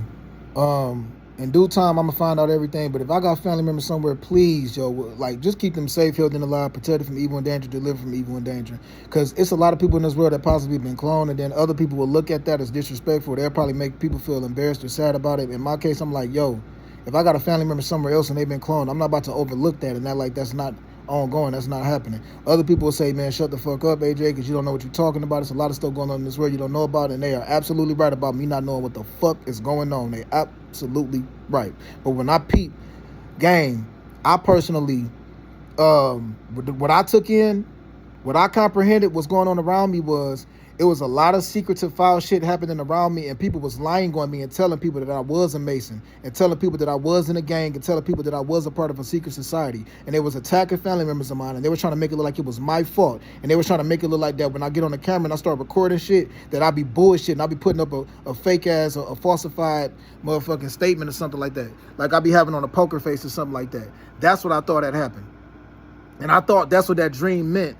When I was sitting at this table and I saw the QC dude on the right side of me, I was sitting like at the front part of the table, like the end of the table, and there was another dude on the side of me, and he was passing cards around, but I didn't see no poker chips at the table. I didn't see no. It wasn't a poker table. It was a regular table. Then I got up, tripped over a chair, and then it was a black person, like a tannish glittery color person. I was like, yo, where that tannish glittery color person? The black person surface, but all of a sudden the tannish glittery purse just like disappeared, and I'm like, yo, where that purse at? I was like, it was a purse over here. And then one dude was like, man, don't worry about it, man, you good, don't worry about it, I saw you trip over that chair. And another guy was like, hey man, you telling him not to worry about it, but it's his fault that the purse got stolen, so even if he didn't steal it, he tripped over the chair and it's his fault that it got stolen. So it was another nigga arguing with the dude saying don't worry about it. And then the other dude, the QC dude, got up and he walked over to where I was at, and he reached on the side of the chair. He was like, look, the purse right here. And he basically diffused the situation. And then I left. And then I remember I was in the back of an SUV after that, and these ladies was out, like, in the back of the SUV. I pulled up at this big estate. I see ladies walking around with their titties out. I'm looking at these thick-ass ladies walking around, and they got their ass and their titties out. They walking around in bikinis. I looked over, I saw this one girl named Tyneria. I'm like, hey, what's she doing here? I'm looking at her ass and shit. I'm looking at her too. And next thing you know, I tell this one lady that it's a part of her car that's still kind of wet. It's around like her gas cap or something like that. And then after that, I was like, yeah, you need to let this sit outside for a minute. And then it was a yellow Lamborghini truck. I was in the backseat telling these ladies, I'm so glad to be around y'all. I'm so glad to be sitting here with y'all. I'm so glad to be around y'all and not around some. I was around some niggas just like a little minute ago. These niggas was trying to frame me. They was trying to set me up. And then I was walking up these stairs, and I was helping this one lady walk up these stairs, and I was holding her up, and I was holding her up. She was on the left side of me. I was holding her up, and there was another lady on the left side of the girl that was like in the middle, and she was holding her up too. So the girl that was holding her up with the right side of her, and I heard some lady crying, And I was like, who's that crying? Who's that crying? They was like, no, don't worry about it, man. Don't worry about it. I'm like, no, who is that? Who is that crying? And I feel like that was God telling me this is what they're telling you to do now. They're telling you to basically ignore somebody attacking your family or something like that, or somebody that cloned your family, and they're trying to distract you with sex now or lust now. So I'm not no suck ass nigga, yo. I'm not about to just. That's not a privilege. You know what I'm saying? To me, I love the beauty of women. I saw this beautiful ass lady yesterday. You know what I'm saying? When I was at the gas station, I looked over her. I was like, damn, she fine as hell. She smelled. She was smoking. I smelled some weed on her. I thought about getting high, getting drunk, possibly trying to talk to that lady, but I was like, no, I ain't gonna do that. But I just, you know, I'ma always acknowledge beauty. Like I love these beautiful ass ladies. I do. But I'm not gonna let that override me. And I think that dream. I'm not talking about yesterday, but mainly specifically, I think that dream was telling me. Don't let lust distract you from like what's important. I think that's what that dream was saying. So I think somebody made up a lie about me and said that I stole a purse or something like that, yo. Then played me for a fool. It was this one lady around that shelter, yo. It was like this lady, I heard her just yell out one day, let that bitch go, stupid ass. She opened up the door and yelled it out. I didn't know who she was talking to. But I said it was times that lady was walking around. She kind of sort of smelled like my mom's fragrance. I got like a sensitive nose. So I can kind of sort of like, if I smell the fragrance on somebody and they come around me 2 years later, I'm going to have like a deja vu moment. I'm going to have like a reminiscent thought like that crossed my mind. Like, yo, either I've been here before or somebody been around me before. You know what I'm saying? And that lady, I didn't know that lady Sally. You know what I'm saying? I just know that like, I spoke on how it was one time the older dude named Mike say, oh, you don't know them either, and how? Because that lady Sally had came and asked that dude to loan him some money one day, and to loan her some money one day. Correction, she had asked that dude to loan her some money one day. He was like, I don't have any money, and if anybody else asks me for some fucking money, I'm gonna fucking attack. I'm gonna fucking snap her. I'm gonna slap him. He said something like that. You know what I'm saying? That's beyond the point that I'm making. And he asked me if I knew them, and I was like, no. And then later on, I was sitting outside of the tiny home shelter. This is tiny home unit number 31 that I was in. And I was just sitting across from the tiny home unit on this little like pavement area, you know what I'm saying? And there was this lady out there. The lady Sally was out there, and that lady Monica was out there. And he walked up. He was walking inside of the shelter. He was like, "Oh, so you don't know them either, huh?" And I was like, "No, I don't know you. I don't know them." I'm like, "Mr. Mike, I don't know you. I don't know them." And then I walked in the tiny home unit, and I was like, "Hey, were you joking? Was that your way of joking?" He was like, I asked him. No, I asked him when he was sitting outside. I was like, "Hey, you joking, right?" He was like, "No, I'm really not." Then he walked in, and then I walked in after him. Like, as I sat out there for a minute, and I was like, "Mr. Mike, don't talk to me like that, man. I thought you was joking. I don't know you. You talking to me like we homies. I don't know you. Like you talking to me like we grew up with each other or something, or like you my uncle or something." That made me even more skeptical. That made me even more suspicious. That made me even more paranoid. When I was on that fast, I went on it was either an 11-day fast I went on, or a 7-day fast, or an 8-day fast. I don't remember the exact number, but I just remember fasting one day, and I just saw the word haven. I probably had like a week under my belt at this time, and I saw the word haven, and I just thought that was God possibly telling me that my family is in a safe haven. They've been cloned, but they're in a safe haven somewhere or something like that. Or God was telling me I was in a safe haven. I didn't know. I was trying to figure that out. That's why I went to that place called Haven right after the 29th of June, 2025, when I woke up out of my sleep and I realized I had some sperm in my boxer shorts. You know what I'm saying? June 30th, I went to Providence Hospital, Sinai Grace Hospital, in Henry Ford Hospital. Then when I left there, I went to this place called Haven a couple days later, on the 3rd of July, 2025, yo. So from June 30th to July 3rd, 2025, I went to 3 different emergency rooms and Haven trying to see if they could test my blood and my urine to see if somebody put something in my system, yo. I did the same thing when I was living in Los Angeles, California. August 2nd, August 22nd, got my blood. I tried to get my blood and urine tested to see if somebody put some type of a sleeping pill in my shit. I did the same thing November 2024. You know what I'm saying? Went to this urgent care that was off of Vermont. I did the same exact thing. When I was in March 2025, April 2025, I tried to get my blood and my urine tested to see if somebody put something in my system, because it was nights when I woke up out of my sleep at them tiny home shelters, and I was talking in my sleep, and I knew that shit was not normal, yo. Someone right about that, and I'm not gonna lie to myself. And I chose to basically fall back a little bit on talking about everything I dream about, because a lot of people is gonna try to convert that into something negative. They're gonna try to make me look like I'm some foul ass nigga. I've been peeped that, dog. I've been saw that.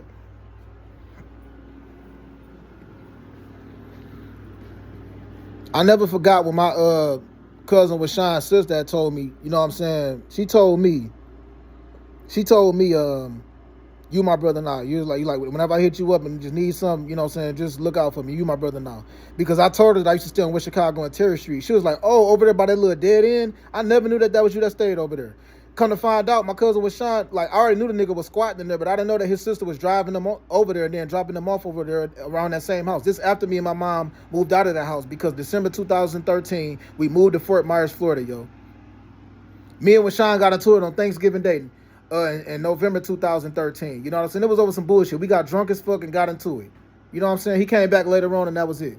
But then we moved to Fort Myers, Florida, November 30th, 2013, and got to Fort Myers, Florida, December 1st, 2013, yo. By January 2014, I called up with Sean, like, what up, nigga? What you been up to? This and that, this and that. And he told me I should have just left with y'all, man. You know what I'm saying? He told me it wasn't really shit, but he was squatting in that house. When you squatting in a house, that means you basically just living in a house that you don't own and stuff like that. He was squatting. You basically like, you sneaking and you like living in a house or whatever. My mom told me that one of the neighbors had told her that somebody stole a flat screen TV up out of there one day. And then Rashawn told me that must have been the nigga that stayed around Plymouth and Evergreen. It was this dude that was from Southwest Detroit that actually stayed on the street Evergreen in Plymouth. You know what I'm saying? He stayed on one of the houses that was on Evergreen. Not on the side street, but on Evergreen. And he told me that him and them niggas that went to like a scrap yard a couple times and like turned in some shit. So Rashawn told me that he had let them come into that house, and I was like, oh, so that must have been them. And when Sean was on the phone with me, telling me, man, I think I'm a firebomb that shit or something like that. I'm like, man, don't do none of that shit, dog. Leave it alone, dog. But at the same time, I was like, man, I'll holler at you later, because I was mad about that shit. Last time I actually heard his voice was January 2014. I hung up on him. So with me and my mom, so then I left to St. George, South Carolina for like a month. Spent time with my family in St. George, South Carolina. Hung out with my cousin Ron. Hung out in Bowman and all of that other stuff. And then I jumped back on that Greyhound and I came back to Fort Myers, Florida. Then my mom drove to Michigan from Fort Myers, Florida in a rental car. And we went back in February 2014 to basically, I had to sign some paper stuff because that house was in my name on West Chicago and Terry Street. And there was some skinny, dark-skinned lady that moved in there. She had 2 sons and a husband. And we pulled up at that house at nighttime, me and my mom did, and I saw somebody peeking through the window. Still to this day, I don't know who that was, but I think that was my cousin with Sean, yo. I think that was the last time I actually did see him. And me and my mom just pulled off. We didn't even go check to see who was in there. We just left. We chose to just leave. But I think that was my cousin with Sean in there, yo. This was February 2000. This was either late February 2014 or early March 2014, yo. And as a matter of fact, I hung out with Marv around that same time. As a matter of fact, the very next day, after I pulled up at that house on West Chicago and Terry Street, and I saw somebody peeking through that window, I hung out with Marv. So Marv, or the girl that Marv was hanging out with, took a picture of me. I was asleep on the floor. I had on a black shirt and some jeans. I had on a black collar shirt and some jeans. You know what I'm saying? So whenever that picture was taken, that would show the exact day when I came back to Michigan, yo. And then we drove back to Fort Myers, Florida, and I got in working at Coca-Cola by March 2014. I started working at the Coca-Cola warehouse, yo. Worked there all the way up until May of 2016. From March 2014 to May 2016. Then I started working at Pepsi from May 2016 all the way to June 2018. But in the summertime of in August 2014, I came back to Detroit for my cousin with Sean Wade when I found out that he passed out. I mean, when I found out that he passed away. And the only people that I was around when I came back to Detroit was my cousin JR. He had a girlfriend that stayed on Hubble in like Grand River or something like that. I hung out with Marv and Denzel and Jalen. They stayed on Plymouth and Plainview. You know what I'm saying? They had just moved over there in like December 2013 or something like that. Because after Zell got shot over there on Kentfield and Finkel, they moved to Plymouth and Plainview. I hung out with Marvin, Zell, and them. I hung out with JR and Sale is Teray cousin. Teray had got on, came to Fort Myers, Florida, so he was still in Fort Myers when I left to go back to that wake. He didn't come back with me. You know what I'm saying? So it was JR, Sabrina, and Justin and Jayla and my auntie Adele. That was at that house on Gateway Boulevard. You feel me? I wasn't there when Teray first left to come there. I left, and the same time they left to come to Florida, I left to go to Michigan. When I came back from the wake, I then ran into my cousin Teray, yo. You know what I'm saying? And my dad pulled up on me before I left. I hung out with my dad also, but that was like the last day I was there. And I remember him telling me, it hurt me for you to even think that, because I called my dad in August, or this is August or July 2014, and I said, I want to go back. This was literally like the very next day after I found out my cousin had died. My mom picked me up from the Coca-Cola warehouse and told me, and I said, I want to go back to Michigan. I need help. Like, can you help me out financially? You know what I'm saying? Can you pay for my plane ticket? And he told me no. He was like, you need to focus on getting your life together. You don't even got your driver license. You need to focus on all of that. So I bought my plane ticket. I went to the 36th District Court. I went in to basically answer all the tickets that I had, and I said, fuck it, if they put me in jail, so be it. And I did what was called a walk-in. And I pled guilty to like 16 tickets or something like that. And I pled guilty to like 2 tickets. And I think I had like 16 or 18 tickets altogether. And I pled guilty to no registration and no insurance. And they threw out all the rest of those tickets that I had, yo. And that was how I got my driver's license back, because they paid it all off. And I still vividly remember the judge telling me, have a safe trip back to Florida. You know what I'm saying? I never forgot the public defender that helped me out. That lady was so cool. I still be saying prayers for that lady still to this day. This dark-skinned lady who had like dreads and stuff like that.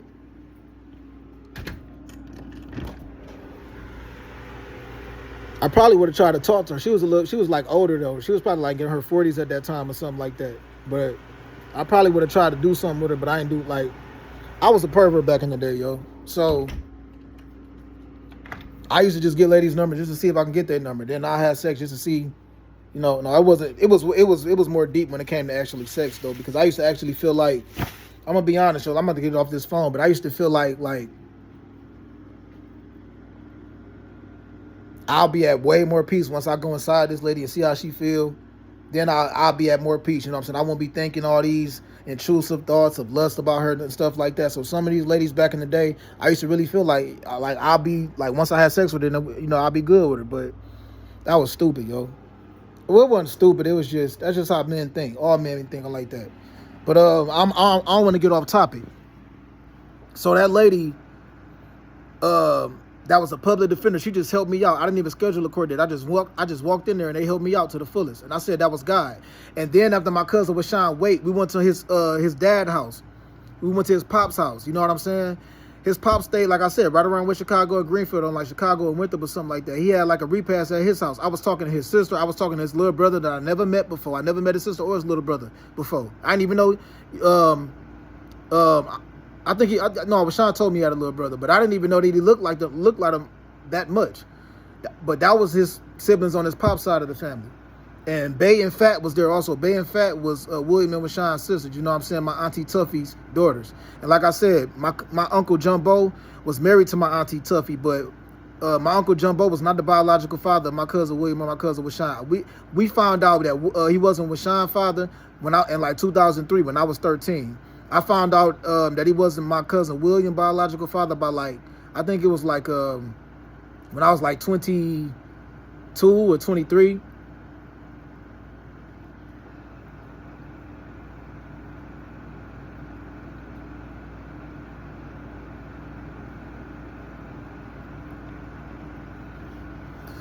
So when they did that walk-in, yo, when they did that walk-in at the court, when I did a walk-in at the court and I paid off all that stuff, I was at my brother's house, and also my cousin D came by there. So it was me and Scooter, the only people that I visited when I came back to Michigan in the summertime of 2014 was my cousin D, my niece Taryn, Crystal, which is Taryn's mom, my brother Scooter,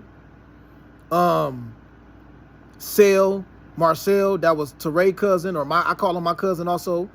Teray was in Florida.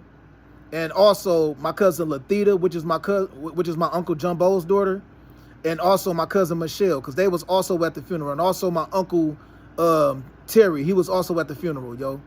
When I walked into the funeral and I walked into the wake, I had sat down at the front row. And to be honest, I was kind of upset because I was looking around like, I don't recognize none of these people. I mean, where was all of them at when I was hanging out with this nigga in the summertime of 2013? You know what I'm saying? I was feeling some type of way about that because I was looking around like some of these niggas probably had something to do with this shit. That's what I was thinking. And then dude was like, hey, and dude is William and Mashawn brother also. You know, dude, we also like, that was like the main kids back in the day when we used to hang out with them, like William and Washawn the dude and stuff like that. And dude is also Washawn brother, you feel me? And they also got a brother named Tusi, but I never was familiar with Tusi like that. So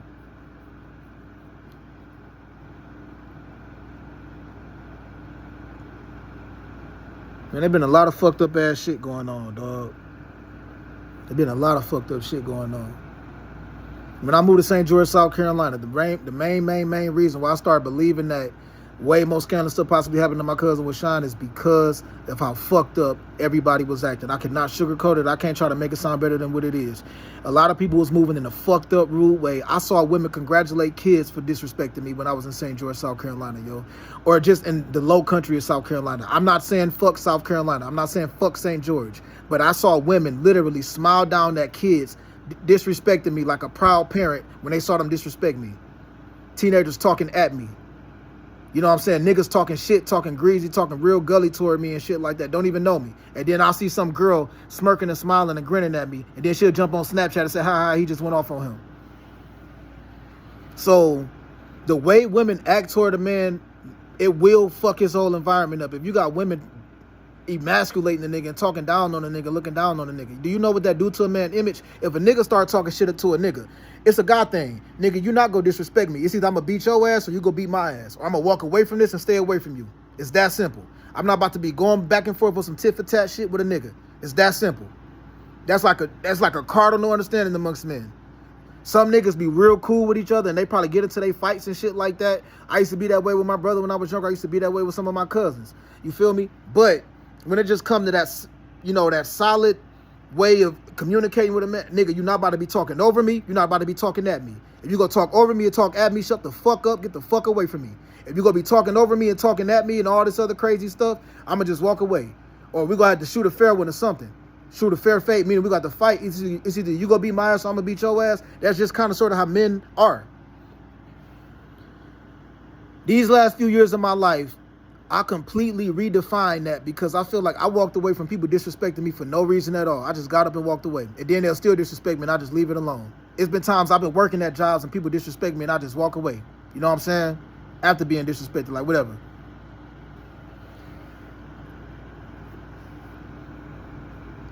But at least a nigga can say, man, I ain't think about that nigga over there. I'm about to go home to my girl. I ain't think about that fuck shit that nigga on. That nigga on some bullshit. That nigga over there miserable. He by himself. That nigga just want to run his mouth. Or that nigga want to accumulate some type of likes or some type of fame or popularity. I ain't think about that fuck ass nigga. Fuck that weak ass nigga. Go home to his girl. Women did something that they never did before. They told women, hey, shit on that nigga. Purposely try to emasculate him publicly. Make it look like that he's like a weak ass nigga. And then I saw it all when I saw women in their 80s and in their 90s talking down on me and talking at me. At least, of course, I'm going to say, yes, ma'am. Of course, I'm going to still have respect for my elders. But when I actually started seeing women saying, do this, hey, do that, go there, go over there, do this, do that. I'm at work, and this woman, they been through these crazy Jim Crow days and all of that. They know what it feel like to see, they know how hard it was for their husbands back in the day, or their brothers, or their uncles or cousins. And I got women talking at me, talking down on me, and they ordering them to be my mom and my grandma. I seen it all when I saw that, yo. At that moment, I realized I believe some of these ladies is actually trying to accumulate popularity and use me to do it. I never seen anything like that before. So that is what started making my environment most sick, when I started realizing, dog. And then they try to make it look like that it wasn't my normalcy to be respected by ladies. Like, they try to make it look like as long as these niggas is not disrespecting him, then he's not really up to date like that. And he's not really aware. And he ain't really been around the block. He don't know that a lot of these niggas don't give a fuck about what these niggas say about him. They be more so concerned about when a woman disrespect them, because that's more, that hold more weight in a lot of situations and a lot of circumstances type shit. They didn't know that I was looking around like, dog, I'm not used to this. I ain't never seen no shit like this. Never. So I said, okay, how can I still maintain my composure and my sanity my safetyness and my well-being, and then safetyness for others, I'm just gonna walk away. So when I would see some lady talking at me, talking rude, I just laugh it off like, all right, baby. You know what I'm saying? Or it'd be a lady that be around the age that my mom or my grandma could be at. You know what I'm saying? I'd be like, all right, yes, ma'am. You know what I'm saying? I'll just keep it moving. Like, or some dude that's old enough to be my pops or something like that. All right, sir. Like, take it easy, sir. All right, God bless. Have a good day, sir. I just keep it moving like that.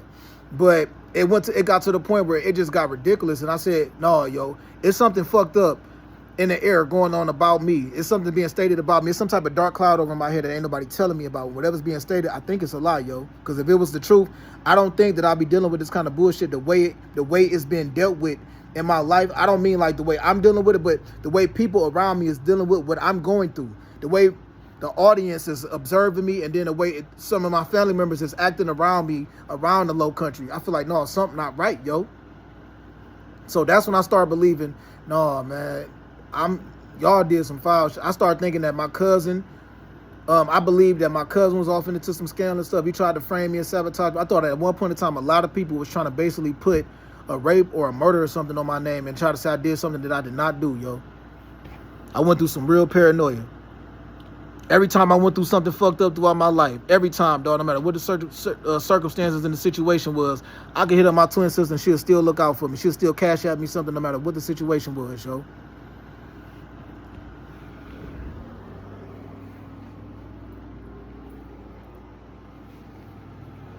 So when I think about Thanksgiving Day, 2024, she sent me that cash app.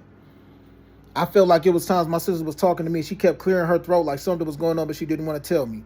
And I'm walking around the tiny home units, and I'm kind of paranoid. I'm honestly kind of scared too. I don't mean like I'm terrified of this nigga to just even look at it. I'm scared for myself and my family because I feel like if they've been cloned, what can I do to try to better this or make this situation better? So I'm making videos all day, every day, basically trying to like diffuse stuff, but I'm confused at the same time because I know for a fact that these pictures don't look like my fucking people, yo. So when I'm looking at this, I'm like, bro,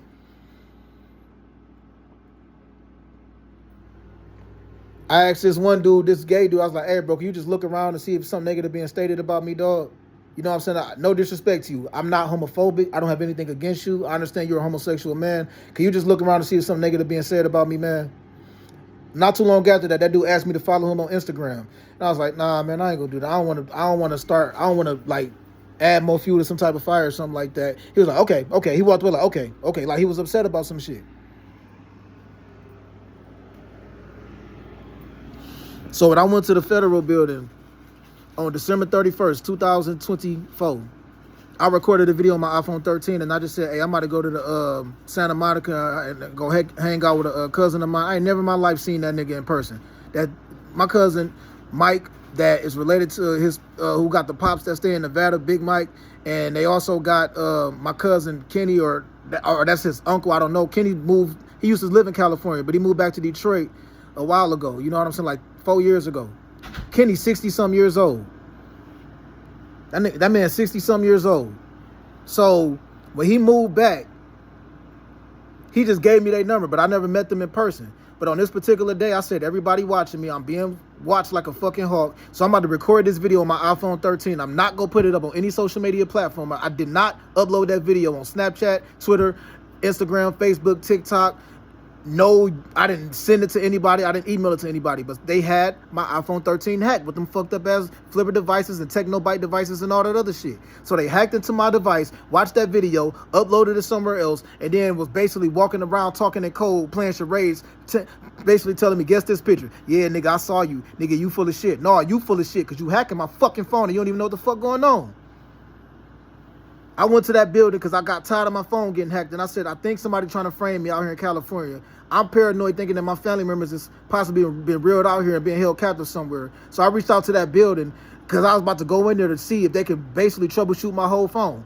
That building was closed. So then I left from over there on Wilshire, right outside from that federal building, and I jumped back on the bus, down Wilshire, got off the bus at Vermont, took the Vermont bus all the way down, and I tried the GPS the library, realized that I GPS the wrong library, yo. And then I got off the bus, took a piss, jumped back on the bus, and when I got back on the bus, I see the gay dude that lives at the tiny home shelter, this dark-skinned, skinny dude with dreads, yo. And I recorded a video on my iPhone 13, and I said, yo, something not right. If somebody is lying on me right now, I'm recording this video, let it be known I'm by myself on the bus chilling. And I never uploaded that video either. But it was like right around this area. I just remember seeing a place called the Farmers Market, yo. You know what I'm saying? Then the next day, I went walking down 3rd Street and I saw it was like blood on the sidewalk. I saw these 2 old Hispanic ladies washing blood on the sidewalk away and shit like that. And that just put me in deep thought like, yo. Then I went to the LA Library. I saw this white car pull up in this little driveway area that it was like this little driveway thing. You know how you walking down the street, walking down the sidewalk, and then it's like a little driveway opening. I saw this one car just pull up, and I saw this lady and this guy get out, and they had like a cardboard and like tape on their back window. And I feel like they was trying to give me a sign right then and there, some white car. And it wasn't even an old busted raggedy car, but the back window had like cardboard and blue tape in the back of it. And then I came back to the tiny home shelter. I saw that gay dude standing outside across the street from the tiny home shelter, outside standing on these steps at a bando across the street from the tiny home shelter, dancing and shit. And I said, that dude probably, man, that nigga probably owns some shit. They call dudes that's like transgenders and crackheads and shit like that J-Cats.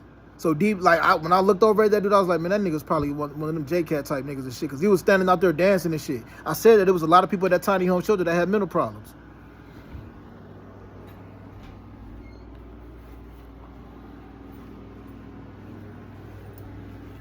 So I kept saying over and over and over again the whole fucking time that I was in Los Angeles, California. If any celebrity, if any female celebrity ever thought they talked to me, that means somebody was hacking my phone and acting like me. I was in deep belief that this is where that took place. I truly had believed that people had hacked in my phone and talked to a celebrity for a long ass time, right? And it was so long, they were scared to basically even come forth and say that they did that kind of fucked up shit. So they said the only way that we can cover this up is if we keep on trying to make it look like that she talked to this nigga at some point in time. So I thought that people had reached out to the Secret Service and they was like talking to her. I thought that had took place at some point in time throughout my life. I thought somebody hacked in my phone and was talking to that lady. It may sound, if I'm wrong, then everybody gonna say, nigga, you crazy. But I thought that is what had happened, and that is what took place. And I was saying I never talked to this lady, but why the fuck was I being stalked as much as I was being stalked in St. George? I got stalked in St. George. I know when I pull up at a gas station and I'm recording a video talking to somebody, and I could tell when somebody pull up and they looking like this. They get out of the car and they acting like they pumping gas and they face all fucked up. Why are you looking like that? So if it was a lot of conversation that was ongoing at the testimonial shelter, it was a whole team of people that was Masons, Eastern Stars, Bloods, Crips, gang. They was all in the same clique. If they was a part of something, I'm gonna say that much. They was a part of something. You're not a Mason, you're not an Eastern Star, you're not a Blood, you're a Crip. You win something to be secretly hacking my phone and getting away with that kind of shit. Flat out.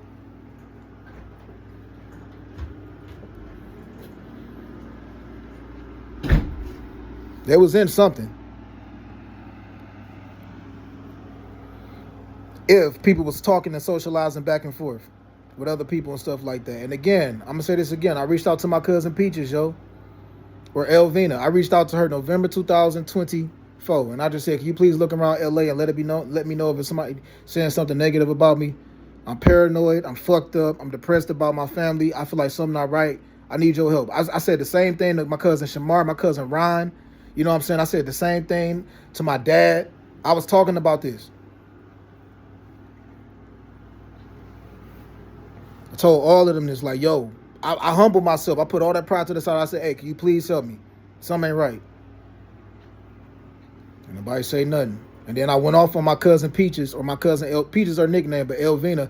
I went off on her after that because after I got off the phone with her, homosexual men started trying to flirt with me. And again, that dream that I had about this dude named Jay that I used to work with way back in the day at the Pepsi warehouse show, and this dude named Tim. When I had that dream about them, I used to be cool with that nigga, but then I fell out with that nigga. We didn't fight. It really wasn't even an argument. When I found out that he was engaging in sex with Mona, I stopped fucking with Dog. I stopped hanging out with Dog. Let me rephrase that. I never hung out with that nigga, yo. I never even hung out with that nigga.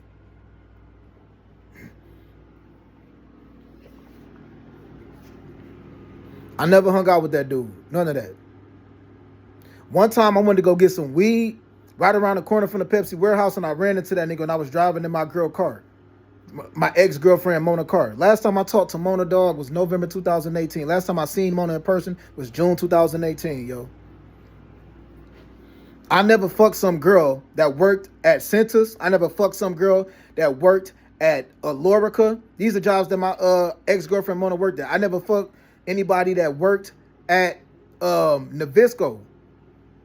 These are the jobs she worked at. When I first started talking to her, yo, she was working at a job called Nabisco. She was working at McDonald's. Then she started working at this job called Nabisco because her pops was driving trucks. And he basically had got her a job in at Nabisco. She was making more money than me at that time. I think she was pulling out at least like $1,000 a week after taxes. And then she left from working at Nabisco and started working at Alorica. And then she started working at Centus. Out of all these jobs, I never fucked some lady that she worked with. It was 2 different ladies that I wanted to fuck bad, but I never fucked. I never even said anything to them. I used to pull up to Alorica. It used to be this dark-skinned, thick chick. She was thick as fuck. She was fine as fuck. I don't know what her name was, but she was sexy as fuck. She was like dark too, like super dark skin.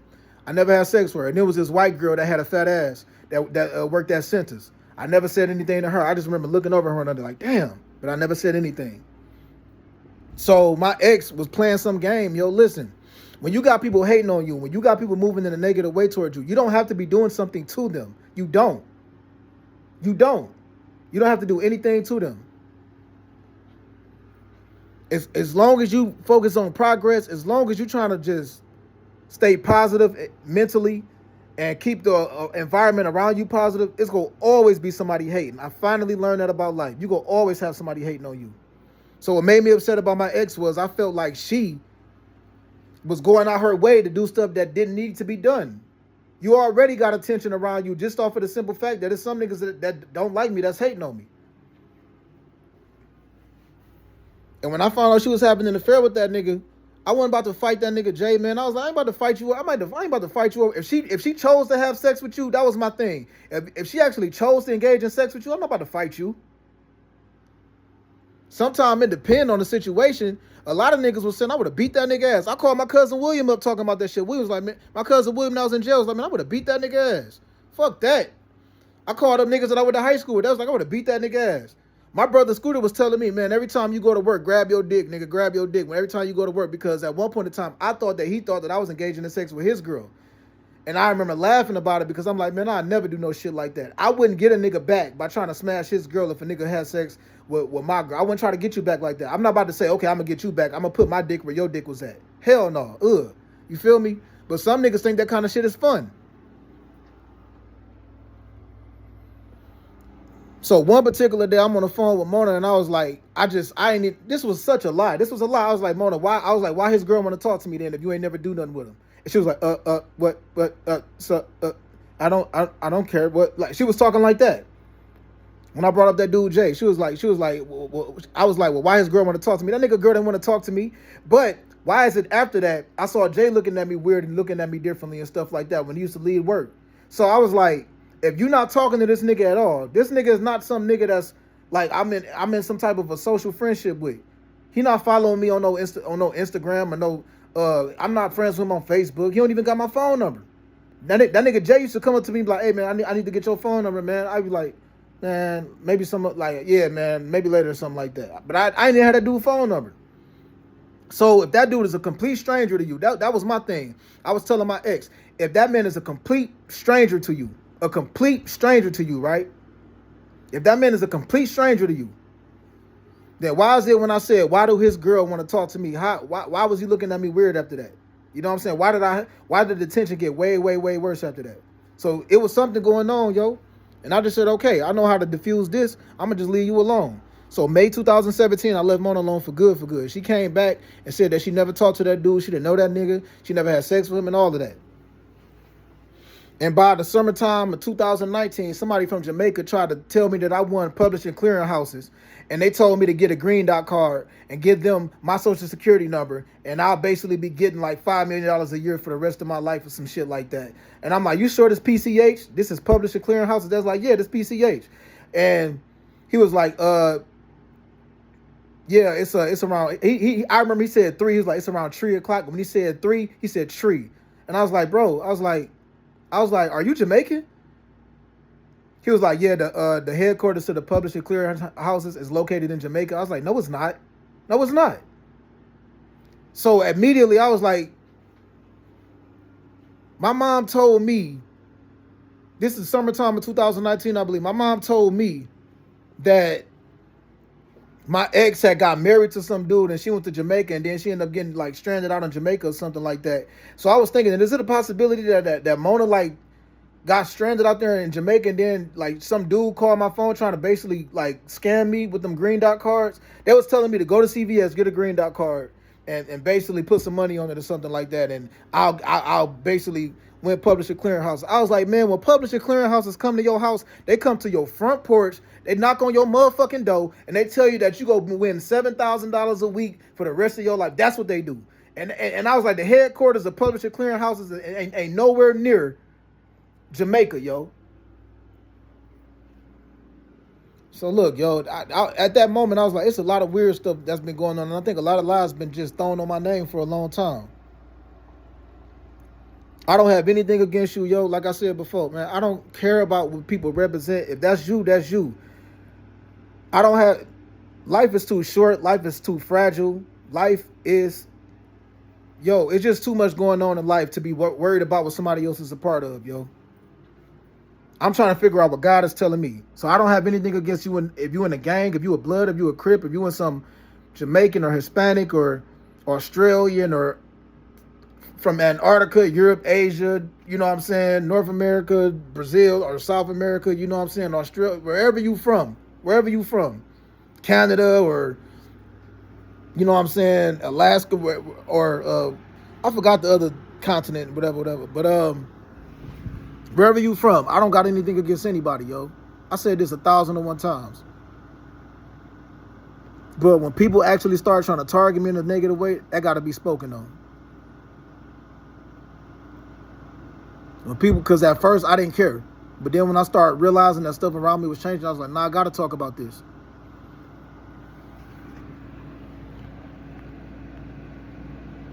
Fucked up ass lies.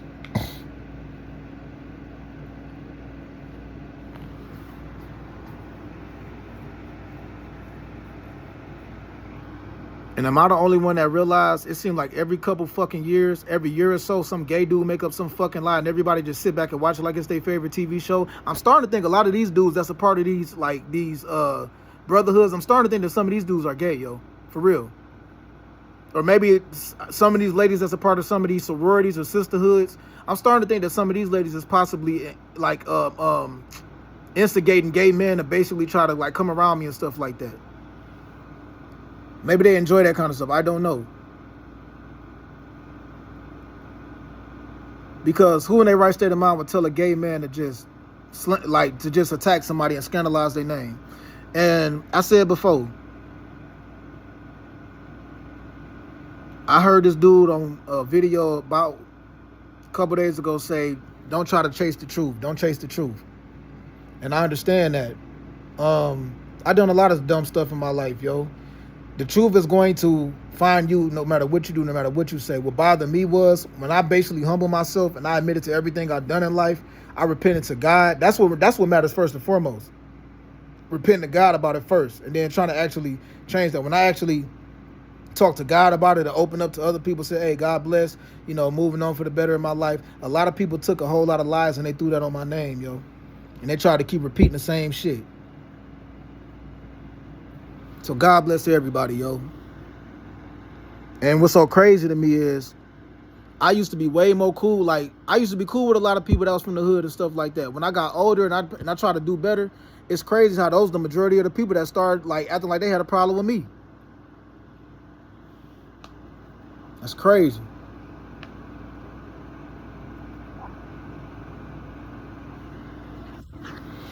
I remember when I was in Guyana, yo, and I was chilling with my ex-girl, and I let Mona's brother, fiance, see my cell phone. I had a burner app in my cell phone, right? And my phone was getting blown up all day, every day. All day, every day. The reason why I put it on the burner app is because I had already had it blocked on my phone, but I had the burner app synchronized with it. If anybody go back through them files, them phone calls back in that day, you ain't gonna see not one single outgoing call to that phone number that was blowing my fucking phone up. But you gonna see a whole bunch of incoming calls, or you gonna see a whole bunch of calls that was like a call and then somebody just hung up, called and hung up. Every time you answer the phone and say hello, they hang up.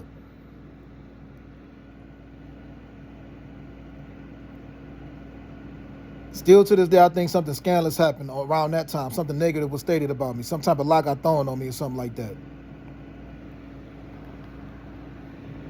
Constantly getting the same messages. I want you. I want you. Damn, I want you. I thought that was some pissed off lady in Detroit back in the day. Come to find out that was some gay dude playing on my phone.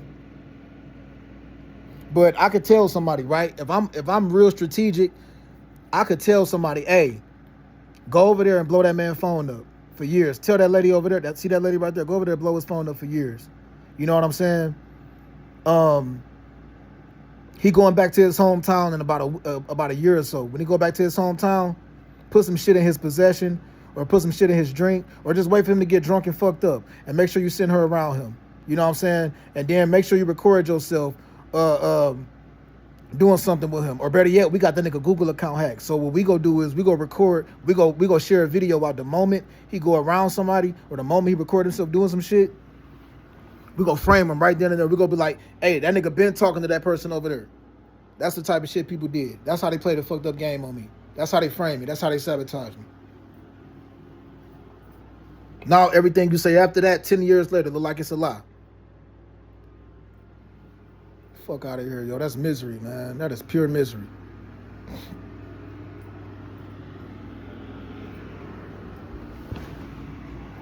So I'm not saying that my ex-girlfriend Mona is miserable. I'm not saying that her sister-in-law is miserable. I'm not saying that her brother Jamal is miserable. God bless to all those, people that was in Guyana back in that day. But they did me scandalous when I was in Fort Myers, yo. And I was very observant. I feel like y'all know too many people for me to be going through this. Even when I was in California, I feel like y'all know too many people for me to be going through this. My family know too many people for people to be going through this. Dog, my family know people in hot places, yo. So I felt like for me to be going through all of this, it got to be somebody approving it.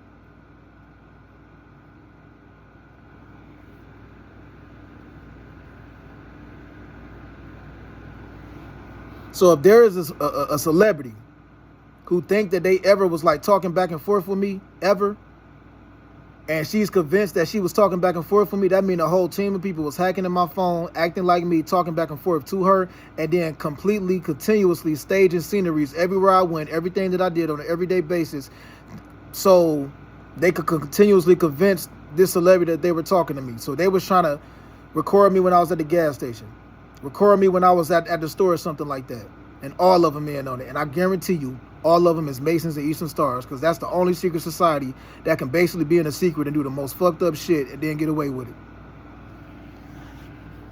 I guarantee it. I never in my life talked to the singer Sizzle, yo. I never in my life talked to any female celebrity, but I did send out a lot of YouTube links in the past. I look at a lot of these ladies sometime in a lustful way, at least the ones that's around my age and stuff like that. I like a lot of pictures. But I just wanted to say this, yo. I had a dream one time that this dude had on sunglasses.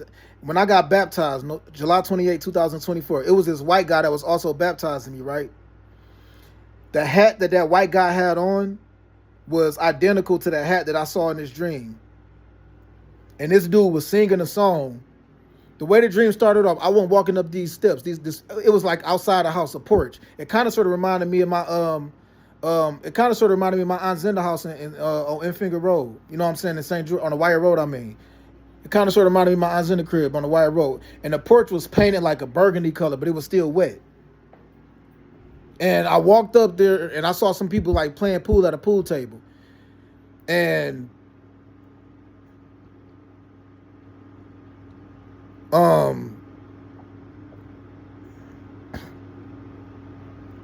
I think I made a mistake and stepped on an egg or some shit, or I don't think I made a mistake and stepped on it. I think it was like a dead bird out there or something like that. Not a dead bird, but the fuck was it? I think it was like a shit. Some type of insect or something like that got stuck on the porch. I don't know. But I remember looking out the window. Then I looked out the window. Then I walked outside.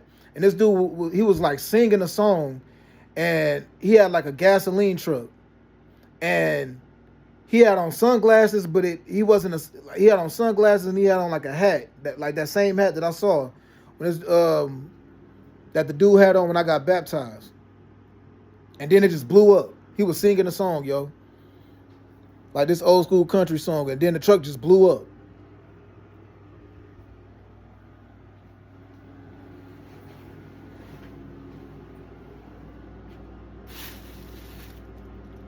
And it was that I wanna get lost in your rock and roll, that drift away. I don't even know why that song was playing, yo. I had that dream when I was still living in St. George, South Carolina, in like 2023. I don't know what the fuck going on, yo. That really wasn't even a song that I used to like listen to a lot. I used to just hear it because that was like a common ass song.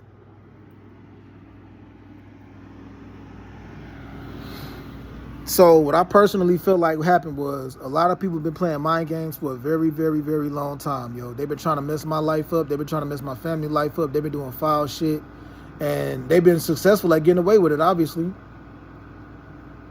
So I'm not somebody that's trying to be on some extra all the way outlaw shit like fuck everybody and fuck the police. No, because that's the police. They still got a job to do. So I don't discriminate against anybody, yo. I swear I don't. But no matter who you are, no matter what you are, I have nothing against you. Whether you heterosexual or homosexual, whether you black or white or whatever nationality you are, no matter what gang or whatever organization you're a part of, I have nothing against you. But I'm not going to sit back and let somebody just try to attack me and then frame me and lie on me and sabotage me or attack somebody that I'm related to just because they're a part of something. Or just because I'm not a part of something. I've actually seen some niggas in the past get mad at me because this is when I was sexually active. It'll be some lady looking at me like she want to mess with me, right? She want to like give me some pussy. And she'll be with her nigga. And I like actually turn it down. I overlook that. And then the nigga will get mad at me that I didn't entertain her trying to flirt with me or something like that. He'll be upset.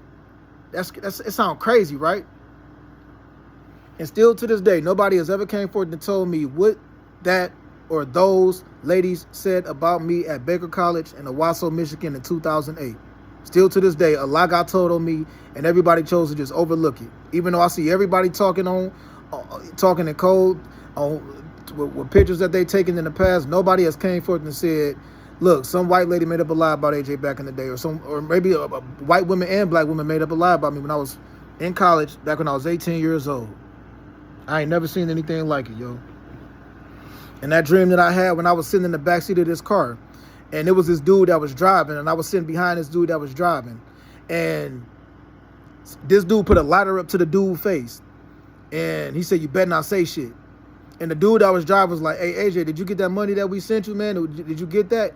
And it was two other dudes in the car like, shut the fuck up, you better not say nothing. I think it was three dudes in the car all together. Like, I don't know, I was sitting in the back seat, sitting behind the dude that was driving. And I think it was three other dudes or two other dudes that basically, one of them had a lighter to his face and they were saying, you better not say shit. Don't say shit to that nigga. So if somebody ever sent me anything or anything like that, yo, I'm telling you, a whole lot of people was in on it. And the only way that it could be covered up for this long is if the police is in on it. If they helping maintain, lie on me and frame me and sabotage me, yo. I talked about all of this. My advice to anybody, all these dreams that I've had, they could just be dreams. Some of them could be visions. Some of them could be something that's to happen in the future. But my advice to anybody is do not try to convert it into your own personal judgmental acts. Don't try to judge somebody. Don't try to hurt somebody. Don't try to bring pain or harm to somebody off of everything I'm speaking on. Let God handle it.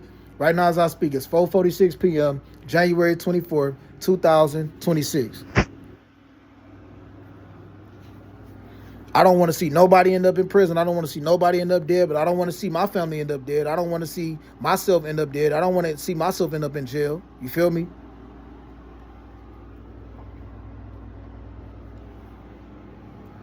So with all the stuff that I spoke on in the past and all the stuff that I've been through in the past and all the stuff that I was constantly going through and all of that, it was never nothing personal to anybody, but I realized, no, y'all trying to frame me, yo. I don't care about some nigga who basically trying to like steal my life story or something like that, dog. This shit is real. This is serious. This is real life. You feel me? I don't care about some nigga who got some type of obsession with trying to make a mockery of me or lie on me. I don't care about that. You mean to tell me I'm going through this because there's some dude somewhere that just don't like me? or he got some type of envious thoughts toward me, or he got some type of jealousy toward me. That's crazy.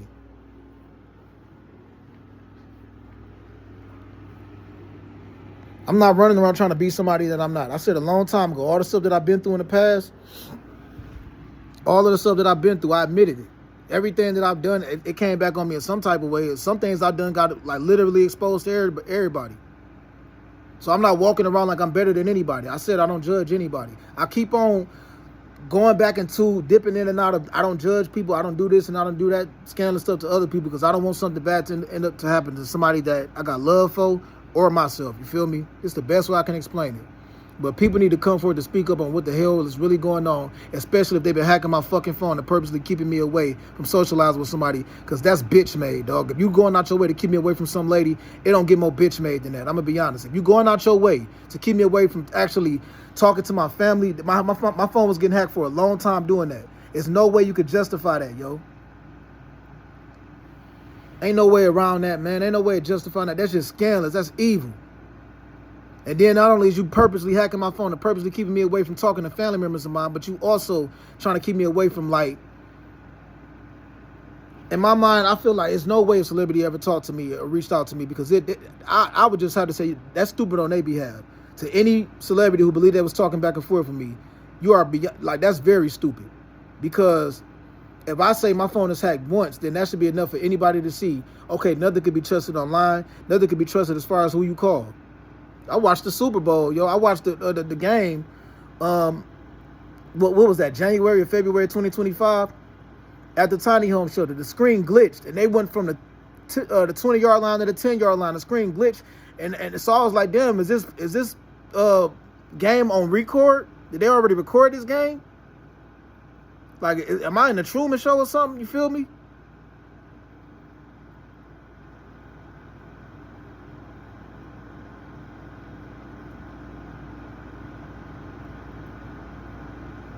So trying to purposely hack my phone, people hacking way more than just phones. They hacking tablets, TVs, all kind of stuff, manipulating all kind of websites, putting up fake demos on websites, fake games, fake apps, all kind of stuff. So if that many people has gotten away with trying to lie on me and slander me and scandalize me, I mean, a lot of people. There's more people in on it than people that's not in on it, yo. And what got me so confused is why you ain't just come and talk to me directly. Even if it's some lady that's probably trying to give me some pussy and keep me away from like who they think I'm meant to be with, why they didn't just come around and just give me some pussy then, or try to? I would have respected that more than me looking up one day and realizing that my anxiety is way worse, my stress is way worse, and then my like intrusive thoughts is more so thoughts of like who looking at me, what's going on, like, you know what I'm saying? What's somebody trying to plan today? What's somebody trying to plot today? I just uploaded a video last night talking about how I was on Instagram and I kept seeing a widget of another person's Instagram account blinking and glitching and stuff. I put that up on Facebook immediately because I saw what was going on. Believe me, I do not want to be uploading videos all day talking about what I'm going through, talking about what I've been through.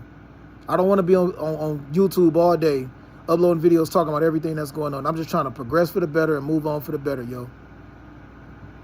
I never had intentions on anybody getting hurt or anything like that.